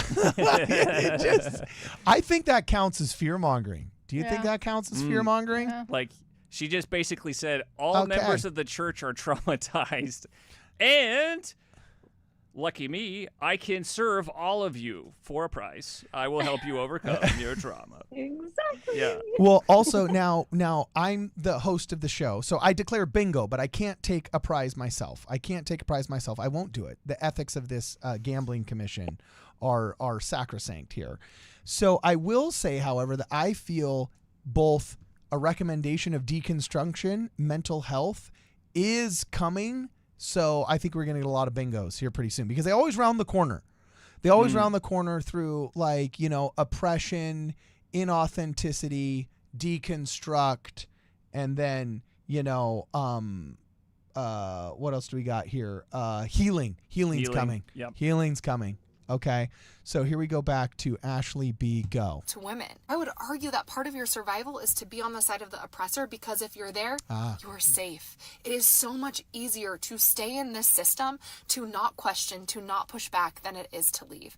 To leave is often one of the most distressing things people go through, because they're have heroes. to break down these deep roots of generational ties, trauma, distress that live in their nervous system. But I would invite anyone who is very Healing. Give me activated by healing. the content of religious trauma therapists to get curious about why that is.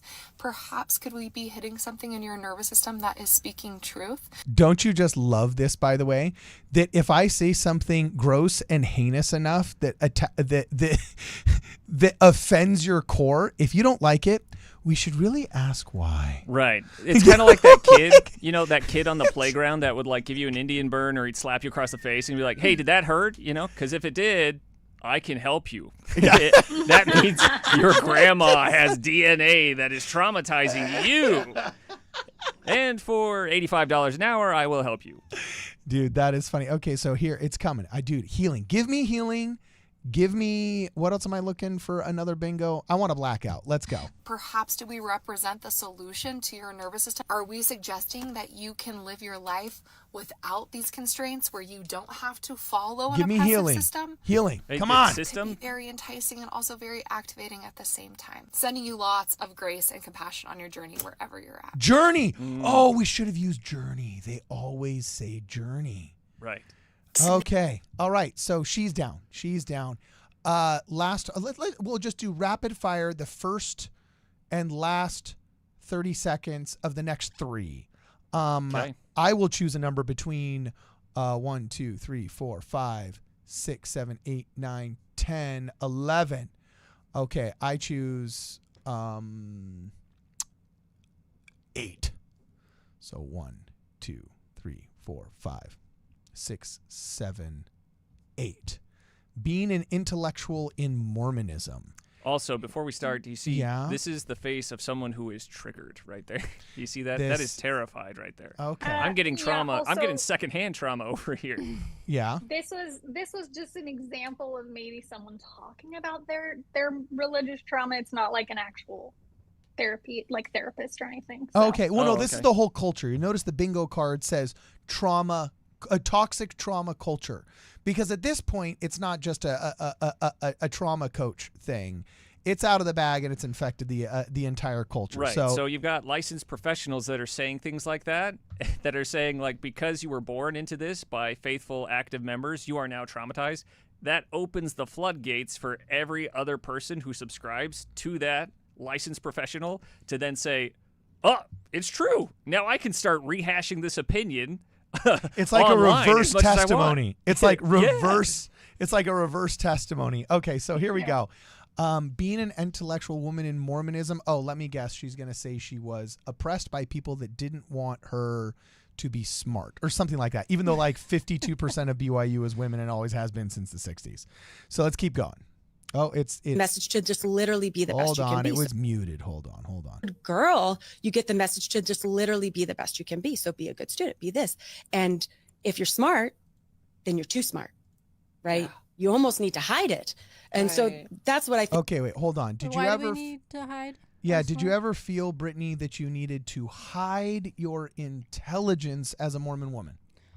Only when I was going through a haunted house with a boy on a first date, and I was like, "Oh my gosh, I'm so scared." That was the only time. Other than that, no. So, as part of a religiously enforced mating ritual. Yes. Okay. Yeah. Okay. The Church of Jesus Christ of Latter-day Saints. But I've been unpacking my trauma with Hayden. So. Yes. Okay. Thank you. He's really helping me. Unpacking your trauma and your bank account at the same time. Yeah. Maddie, did you ever feel forced to hide your intelligence to your husband? No, that's probably how I got my husband. So. Okay. Ooh, brutal. Look at that. Okay, here we go. I think I learned is that like all of like some of the like best things about me, like some of my biggest strengths, were like resented by Mormon men. Absolutely. There was no space for a woman that's intellectual. What is she talking about? I don't know. Like Did literally, sorry, say something, Maddie. I left a comment on this video. I was like, I'm sorry, is this not extremely offensive to every other smart Mormon woman that got married at BYU? Like, she's implying that because like it was the dumb girls that hid their intelligence that got the husbands at BYU. Jeez, that you're right. That's kind of, nobody thinks about taking that statement to its logical conclusion, but yes, that's a logical conclusion. Yes. I found your comment here. Like if I scroll up, I see you're the first one. It must be an Instagram thing though, because I follow you on Instagram. It says, so the conclusion here is that skinny blonde done Mormon girls were the only desirable partners to Mormon boys. Sorry, babe, I didn't know. I was supposed to get the blonde version of you apparently. So, all right. guess I missed that boat. Is that not offensive to every other Mormon woman who went to BYU and has a happy Mormon marriage? By the way, yeah, because her previous video, same subject, she just talks about how she never got asked out on dates. It was only her blonde anorexic roommates that got asked out on dates. Oh, really? Oh, so that these is... go together. You know what? Okay. I don't want to culturally appropriate here, but if I had a little mustache on, I would say, it sounds like a you problem. That's not an us problem. I see what you're saying. Now, here's the deal. She's driven to tears on John DeLynne's podcast, the Mormon Stories podcast, and this is what really pisses me off. Shame on the culture that made her feel this way. And I don't mean the Mormon culture. This is an ex-Mormon, anti-Mormon talking point that is recycled ad nauseum on a subreddit that is not backed up by any kind of scientific survey. It's not backed up by any real, actual lived experience. It's just a toxic ex-member, anti-Mormon trope that gets recycled and recycled and recycled until vulnerable women actually believe it. And now that you mention it, I think I did see another one of this woman in like the washing machine of clips that ended up coming here that you guys put in here. And I want to pull it up because I heard somebody listening to something about her saying only like anorexic roommates got dates. And I think that was like wildly just not fair. So here we go. I think it was this one. I had other roommates. Let me see here. Hold on. Let's see what she has to say. And sometimes they were blonde too, or they were thin and they had brown hair, and nobody was desired like an anorexic blonde woman. And I even saw this later when I was in my master's program, how boys would be like, we can't date people on the board.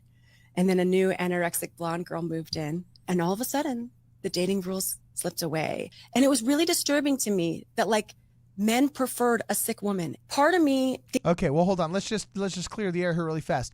Hayden, how long have you been a man? Ooh, let me check. 33 years now? Okay, so as a 33-year-old man, has your sexual preference changed from anorexic blondes to healthy women? Or did your religion ever require that? Or was it multi-generational trauma? Are you required in your faith or in any local congregations to date women with eating disorders? Right. So I think if you really take a step back and analyze this at a granular level, the DNA of our ancestors that had to starve and carve a living out of the barren wasteland is living within me and attracting me to these bone-thin women out there, right? And there was that and all the young men sit-downs that we had that said, this is the only acceptable, attractive body type out there.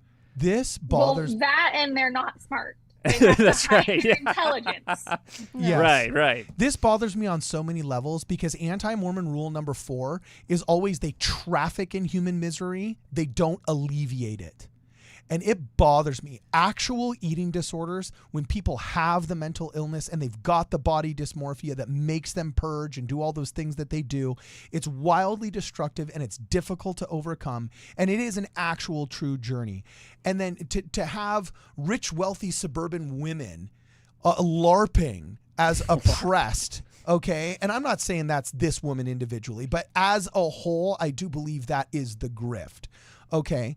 But to have a bunch of hashtag first world problems people, as Bill Burr said, lift their Gucci footed boots over the fence of oppression just to say, oh, if I didn't get a date, it's because men prefer anorexia in Mormonism out of generational trauma. Right. It had nothing to do with my personality. Like ex-Mormon subreddit convincing women that it's because of Mormonism and anorexia that they're not getting dates, instead of maybe some humble introspection like, okay, I'm sure you're a lovely person, but if your friends were to tell you a personality trait you might want to augment and one you might want to slightly suppress in order to be a little bit more socially, graceful and get the attention of guys. You have lovely eyes. Highlight them with, I don't know, different framed glasses. You have a lovely figure. Try a different shaped dress. Maybe an A-line dress is more flattering. Maybe pencil skirts better. You're tall. Don't hunch over. Own it, girlfriend. Tall women are only lanky when they try and look short.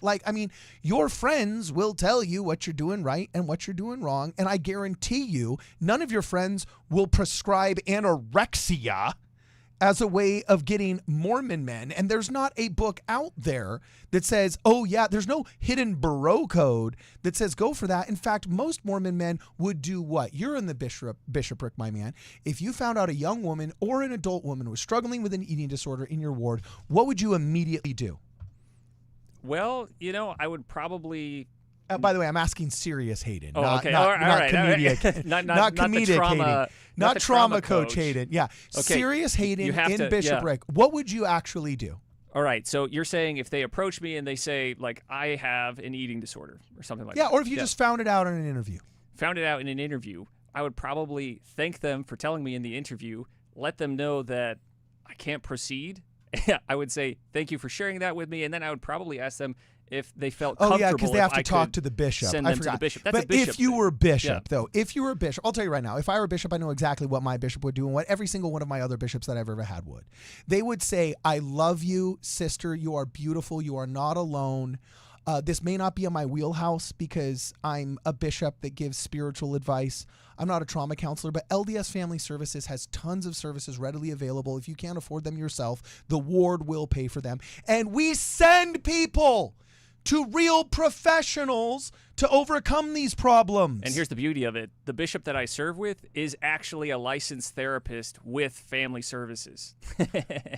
Isn't that great? So like anytime that there's a problem, I can say, all right, go see the bishop, and they're actually going to see a licensed family therapist. This is just a trope that just flies around ex-Mormon and anti-Mormonism, and it's so toxic. It's the reason why we call things like this toxic trauma culture. So let's let her finish these two, and then we'll... some of that is the pressure on marriage, that if a girl has anorexia, she is emotionally suppressed. If you can't eat, you don't feel as much.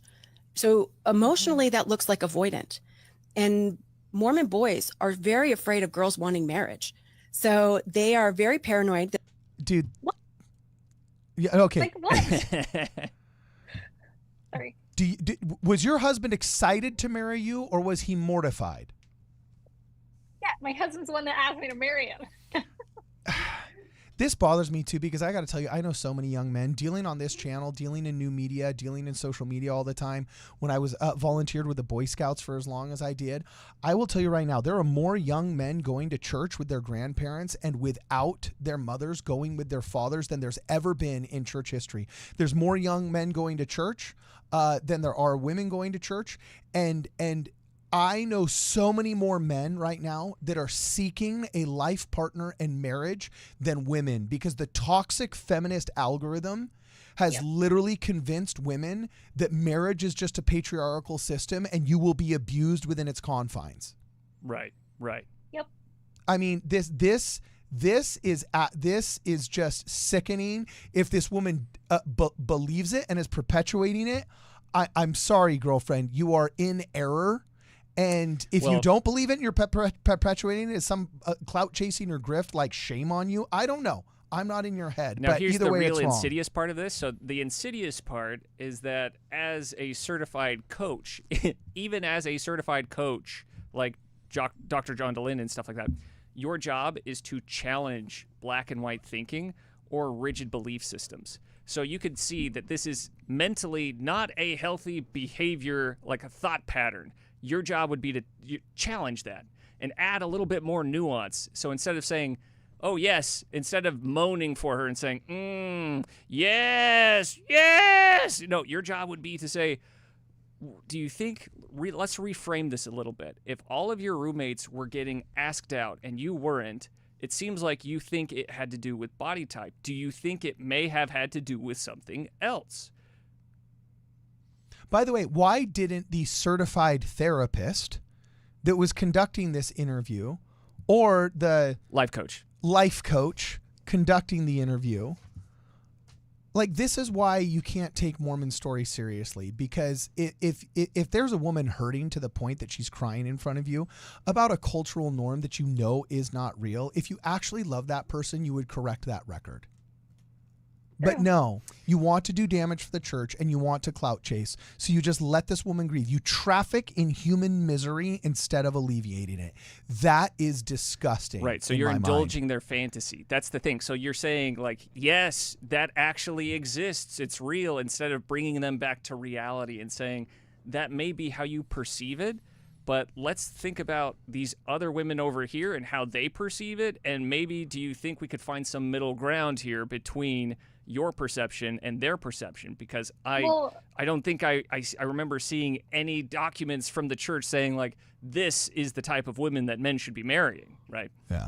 That, and it's like, it's just so dishonest, because the caption to the one where she says that Mormon women need to hide their intelligence to, like, attract men or whatever, his caption is like, so-and-so discusses how Mormonism views, or how Mormonism treats intellectual women, or how Mormonism views intellectual women. And it's like, that is clearly untrue. Why would you describe what she's saying is how Mormonism views intellectual women?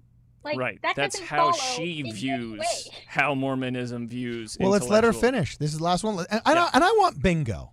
So let's let her finish, because I'm looking for bingo. And it's interesting now, because in my current marriage, I connect so much intellectually with my husband. Like, it is like one of my favorite ways to connect with him. And I think it's probably one of his favorite ways to connect. And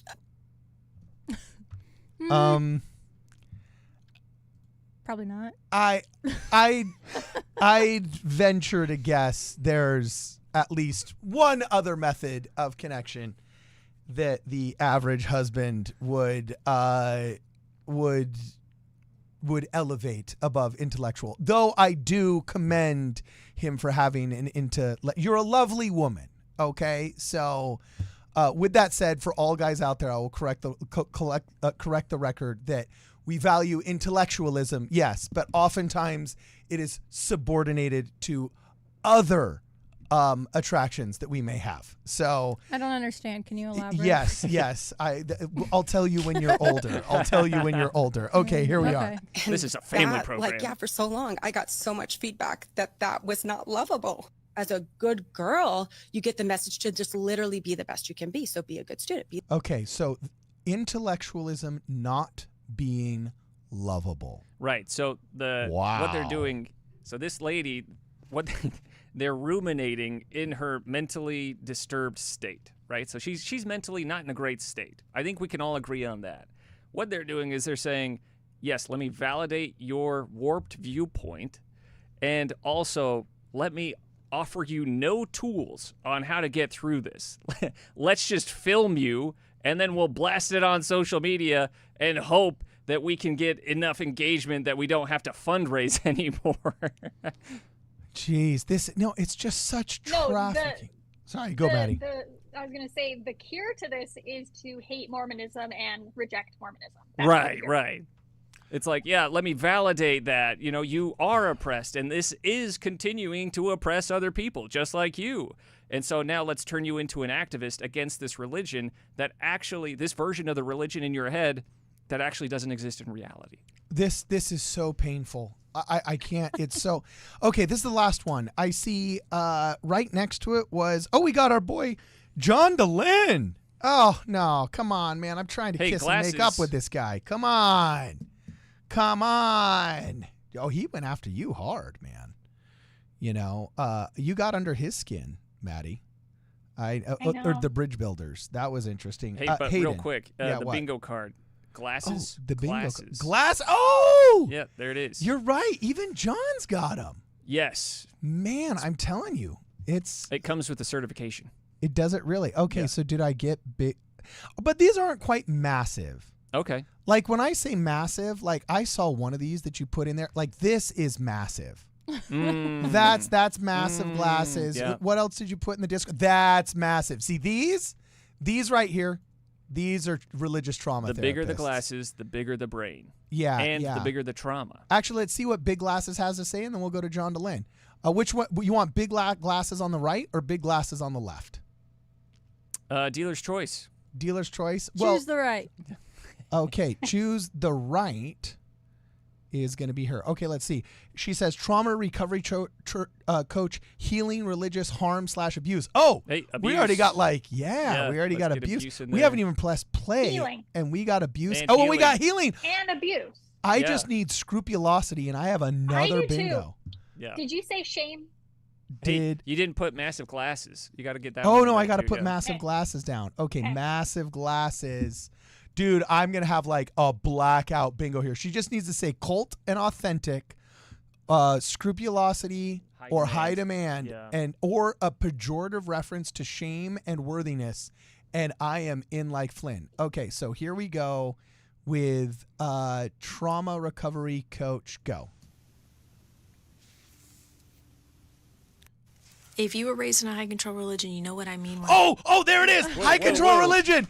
Oh, there high it is. demand. If Yeah. you were raised in a high control religion, okay, so we've got high demand, good enough. Yep. Okay, so if you were raised in a high control religion, this is amazing. I'm loving this. This is so great. This is from Chit Chat with Kelly. All right, I don't know who she is, but we'll listen. I say love your neighbor as you love yourself. For those of us that were raised in high control religion, we're having a hard time because we were taught love your neighbor as you love yourself and be like Jesus. And we're not seeing that coming out of Christian nationalism. We're not seeing that coming out of a lot Christian of churches, nationalism. which is why a lot of us are leaving because Jesus isn't there. What? Where's Jesus? We don't see him. Let me tell you, as a trauma recovery coach, what is happening. They are loving people the way that they love themselves because they don't love themselves. Oh, In high control self-loathing. religious indoctrination. Oh, religious indoctrination. Please tell me. I think that's a word. We do have that, yeah. I think that's one of the words, right? We already crossed it off, I think. Okay. Oh, we already got it. Self-hatred, is that on there? Because that's a trope. Okay, bummer. It's not. Okay, well, We'll put it anyway, on the we let her 2.0, finish. We yeah. just let her finish. We are taught, programmed, indoctrinated that we are evil, sinful, wicked, deserving only of hell. Okay, saying that the natural man is Shame? an enemy to God. Oh, yeah, shame. Oh, I put shame. that in Yep. there. Saying the natural. Bingo. Oh, you got Hey. bingo. Yay. We'll send you a shirt. I think we still got some of the small baby tees, right, babe? The girl ones that are not just the unisex ones. I think we actually have a nice actual women's T-shirt for you. Awesome. So, okay, toxic trauma culture bingo. All right, now just 10 more seconds of her, and then the last one. Oh my gosh, there's a girls' camp podcast one. Is this the one you were listening to where she said it's like cancer? Yes. And then there's there's one more. You choose the last one because you got bingo, Maddie. What's the last one here? I don't know because I can't see anything. Well, pick a number between 1 and 12. Okay, let's do 10. 1, 2, 3, 4, 5, 6, 7, 8, 9, 10. Oh, it's the one we already did, so we'll go over one. Oh, there's our boy, John. All right, here's your boy. Actual, I think, certified therapist. Or Trauma at least coach, or life coach. Life coach, yeah. To be honest with you, I do not remember what level of certification he has right now. Let's see. It says women are leaving the Mormon church. Oh, this is a perfect segue after Big Glasses Girl, because she said this is why we are leaving, and she was a woman. So here we go. Oddly, in the U.S., but also in the United States, women outnumbered men. Mm-hmm. And for the first time in this study, men outnumbered women Huge. in LDS church Not membership. just at the pulpit, but in the pews. Like that's a huge shift. What does that mean, women? Oh, my goodness gracious. So instead of saying we've lost the moral rectitude of women and there's a massive societal shift that in spite of all of feminism's failings, secularism's failings, atheism's failings, men are realizing, holy crap, this 10,000-year-old institution of religion did have a purpose in society, and we've lost that purpose, so we're going to go back and find it. Instead of saying that, what are they going to come up with? This one is going to be an absolute doozy. I can't wait to hear it. Let's see. It means churches are the only place that women are told they can't do something because they're a woman. And women are like, yeah, Now say it's my opinion that, or I feel that. Well, just for Hey, pause. Hey, that's him being a good life coach there. See, he's challenging that rigid belief system. Good or for at least him. he's giving her the He's out. gonna say for me. For Oh, Maddie. yeah, let's get that going. Oh my gosh. Okay, let's let it. So she just got corrected on how he's like, look, if you're gonna grift, you have to throw some asterisks in there, or else Hold on, the lawyers are gonna get in trouble. Like, we're trying to have the speakeasy here, and we can't just offer booze without saying that it's a dog and pony show. Yeah. So at we least had tell to- them there's a dog and a pony. All You right. gotta read the fine print. Okay, so here we go. I think Very for broadly Maddie. accepted For opinion. Maddie. Oh, for Maddie! Oh, this is the one where they were talking about you. Look at that. Oh, and there's our boy, Bo Euler, the deeply dishonest diatribe of Bo Euler that we talked about yesterday. Right. Wow. Looking like Billy from Stranger Things. Must have been during Halloween.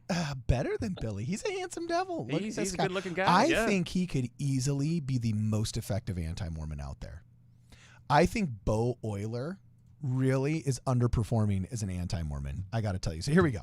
For Maddie. Okay, sorry, Maddie. And people like Maddie. My opinion is, in my experience, but Now, pause real can quick. you name real another quick. place in the U.S. where women are another organization other than religious organization? Like, I mean, challenge me. Okay, what do you want to say, Hayden? So here's the deal. So this is the most certified person in the room when it comes to mental health, right? Dr. Julie Hanks, who is actually, I believe she is licensed under a licensing board, is the one who had to get corrected by the life coach for her religious beliefs, right? For that rigid belief system and her black and white thinking. So that's kind of an interesting one. That's a little bit of a chin scratcher. Okay. Yeah. Okay, that's good. We'll let her finish, and then we're going to be reading some super chats and be out of here. That's got to be a part of it. Are there other places where women are told they can't do something? You can't be a CEO because you're a woman. Like, that wouldn't fly. Okay, so it, quote, does not fly in the Mormon church that you can be a CEO as a woman. Who have you bought like 7 of your last dresses from and half of your Instagrams? Mormon women are the CEOs of half of the Instagram selling dress companies, makeup companies, oil companies, and beauty companies on the entire platform. Yep. You can't go shopping for 5 minutes on social media without bumping into some Mormon mommy CEO millionaire. Okay?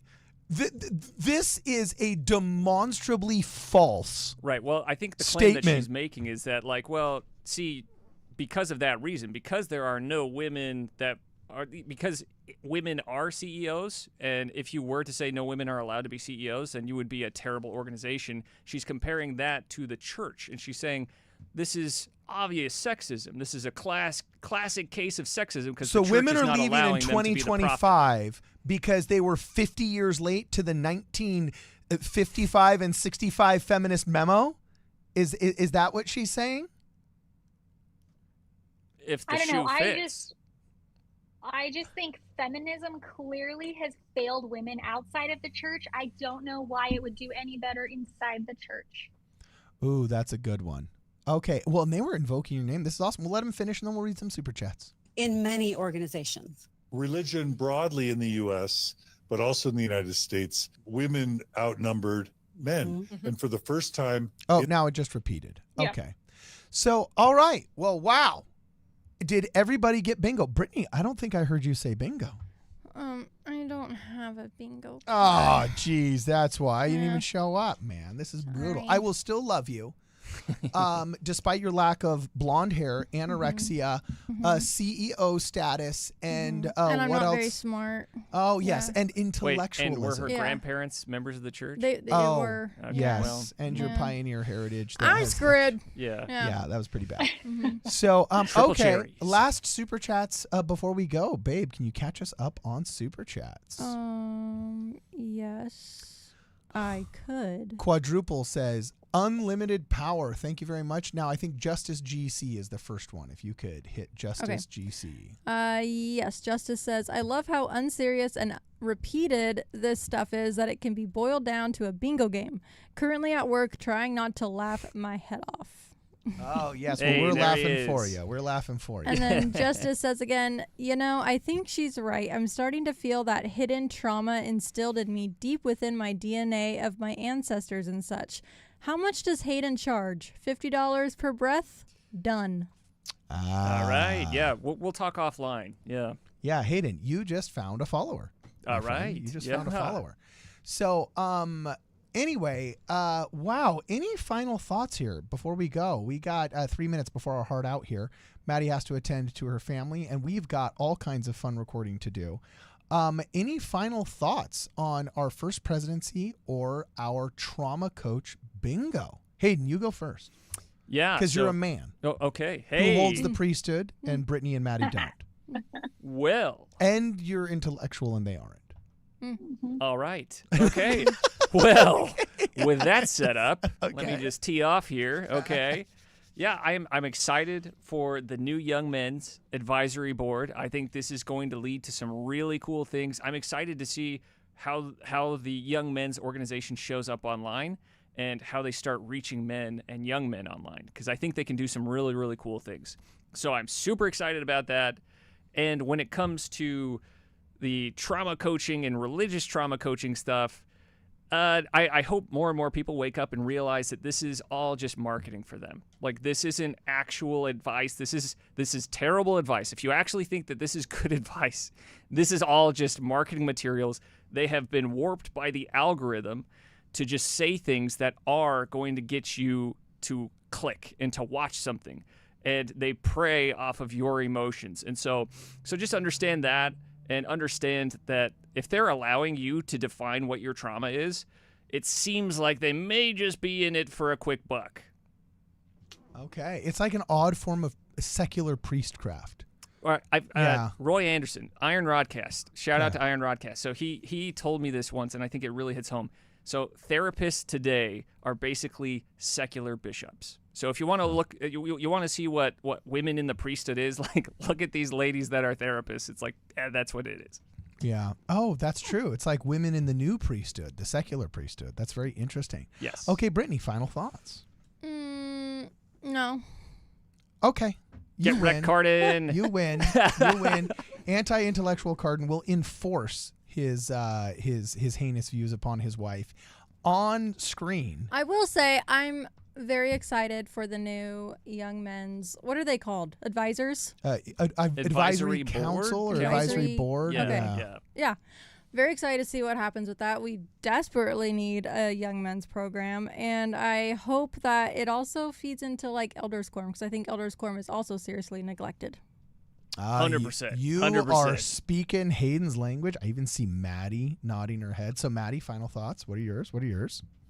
More thoughts on the trauma therapy. I just think when we loosely say trauma to any little thing that happened in your life that maybe was a disappointment or a confusion or a bad outcome for you, it actually takes away from real trauma, because people do deal with real horrible things that happen in their lives, and they need therapy and they need help to overcome those things. And then I would also say, don't deprive people. I would say to therapists, not that they can really tell you to be religious or not be religious, but I would at least hope that good therapists inform their clients that religion in a person's life is actually one of the biggest factors that can change the outcome of their well-being, spiritually, physically, mentally. And so religion isn't just this thing that's so easily tossed aside. It actually can be an extremely beneficial healing tool for many, many people. And we just kind of discard it like it's something that's actually your enemy. And I just think that's actually doing more harm in society than good.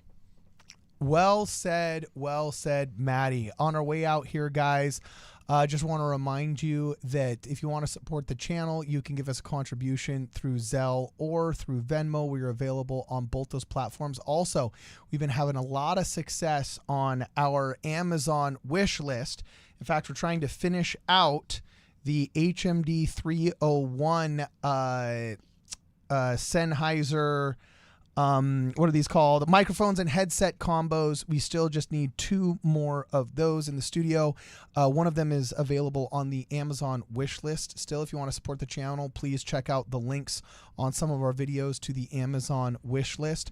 Also, please join our Discord. Alicia Brown, Samuel Skeen, Charlene, all of these people have been crushing it as mods on our Discord. It's a great and it's an absolute fun place. Also, we've got fresh in stock another batch of War in Heaven veteran hats. Okay, if you guys want to pick those up for Christmas, those are one of our more successful fundraisers and a great way to support your support for the channel. And Hayden and Maddie, before we go, where can people find you if they're looking for you? Yeah, so I'm on primarily YouTube, so the Salty Saints. You can check us out there. I'm on Instagram under the same handle. And then if you want to join the discussion or a Discord full of LDS dads, it's interfaith. So if you just want friends, you need friends, we have a Discord called dadsneedfriends.com. That's dadsneedfriends.com. Cool. And Maddie? I'm on Instagram at the Sure Foundation and TikTok, same handle. All right, the Sure Foundation. I love it. All right, guys. So it has been real and it has been fun. Hang out for a second, Maddie, after the outro music. It's been real and it's been fun. For this and more, please make sure you guys check us out at wardradio.com. I built a rocket in my basement. I'm gonna fly it to the moon. This supersonic is a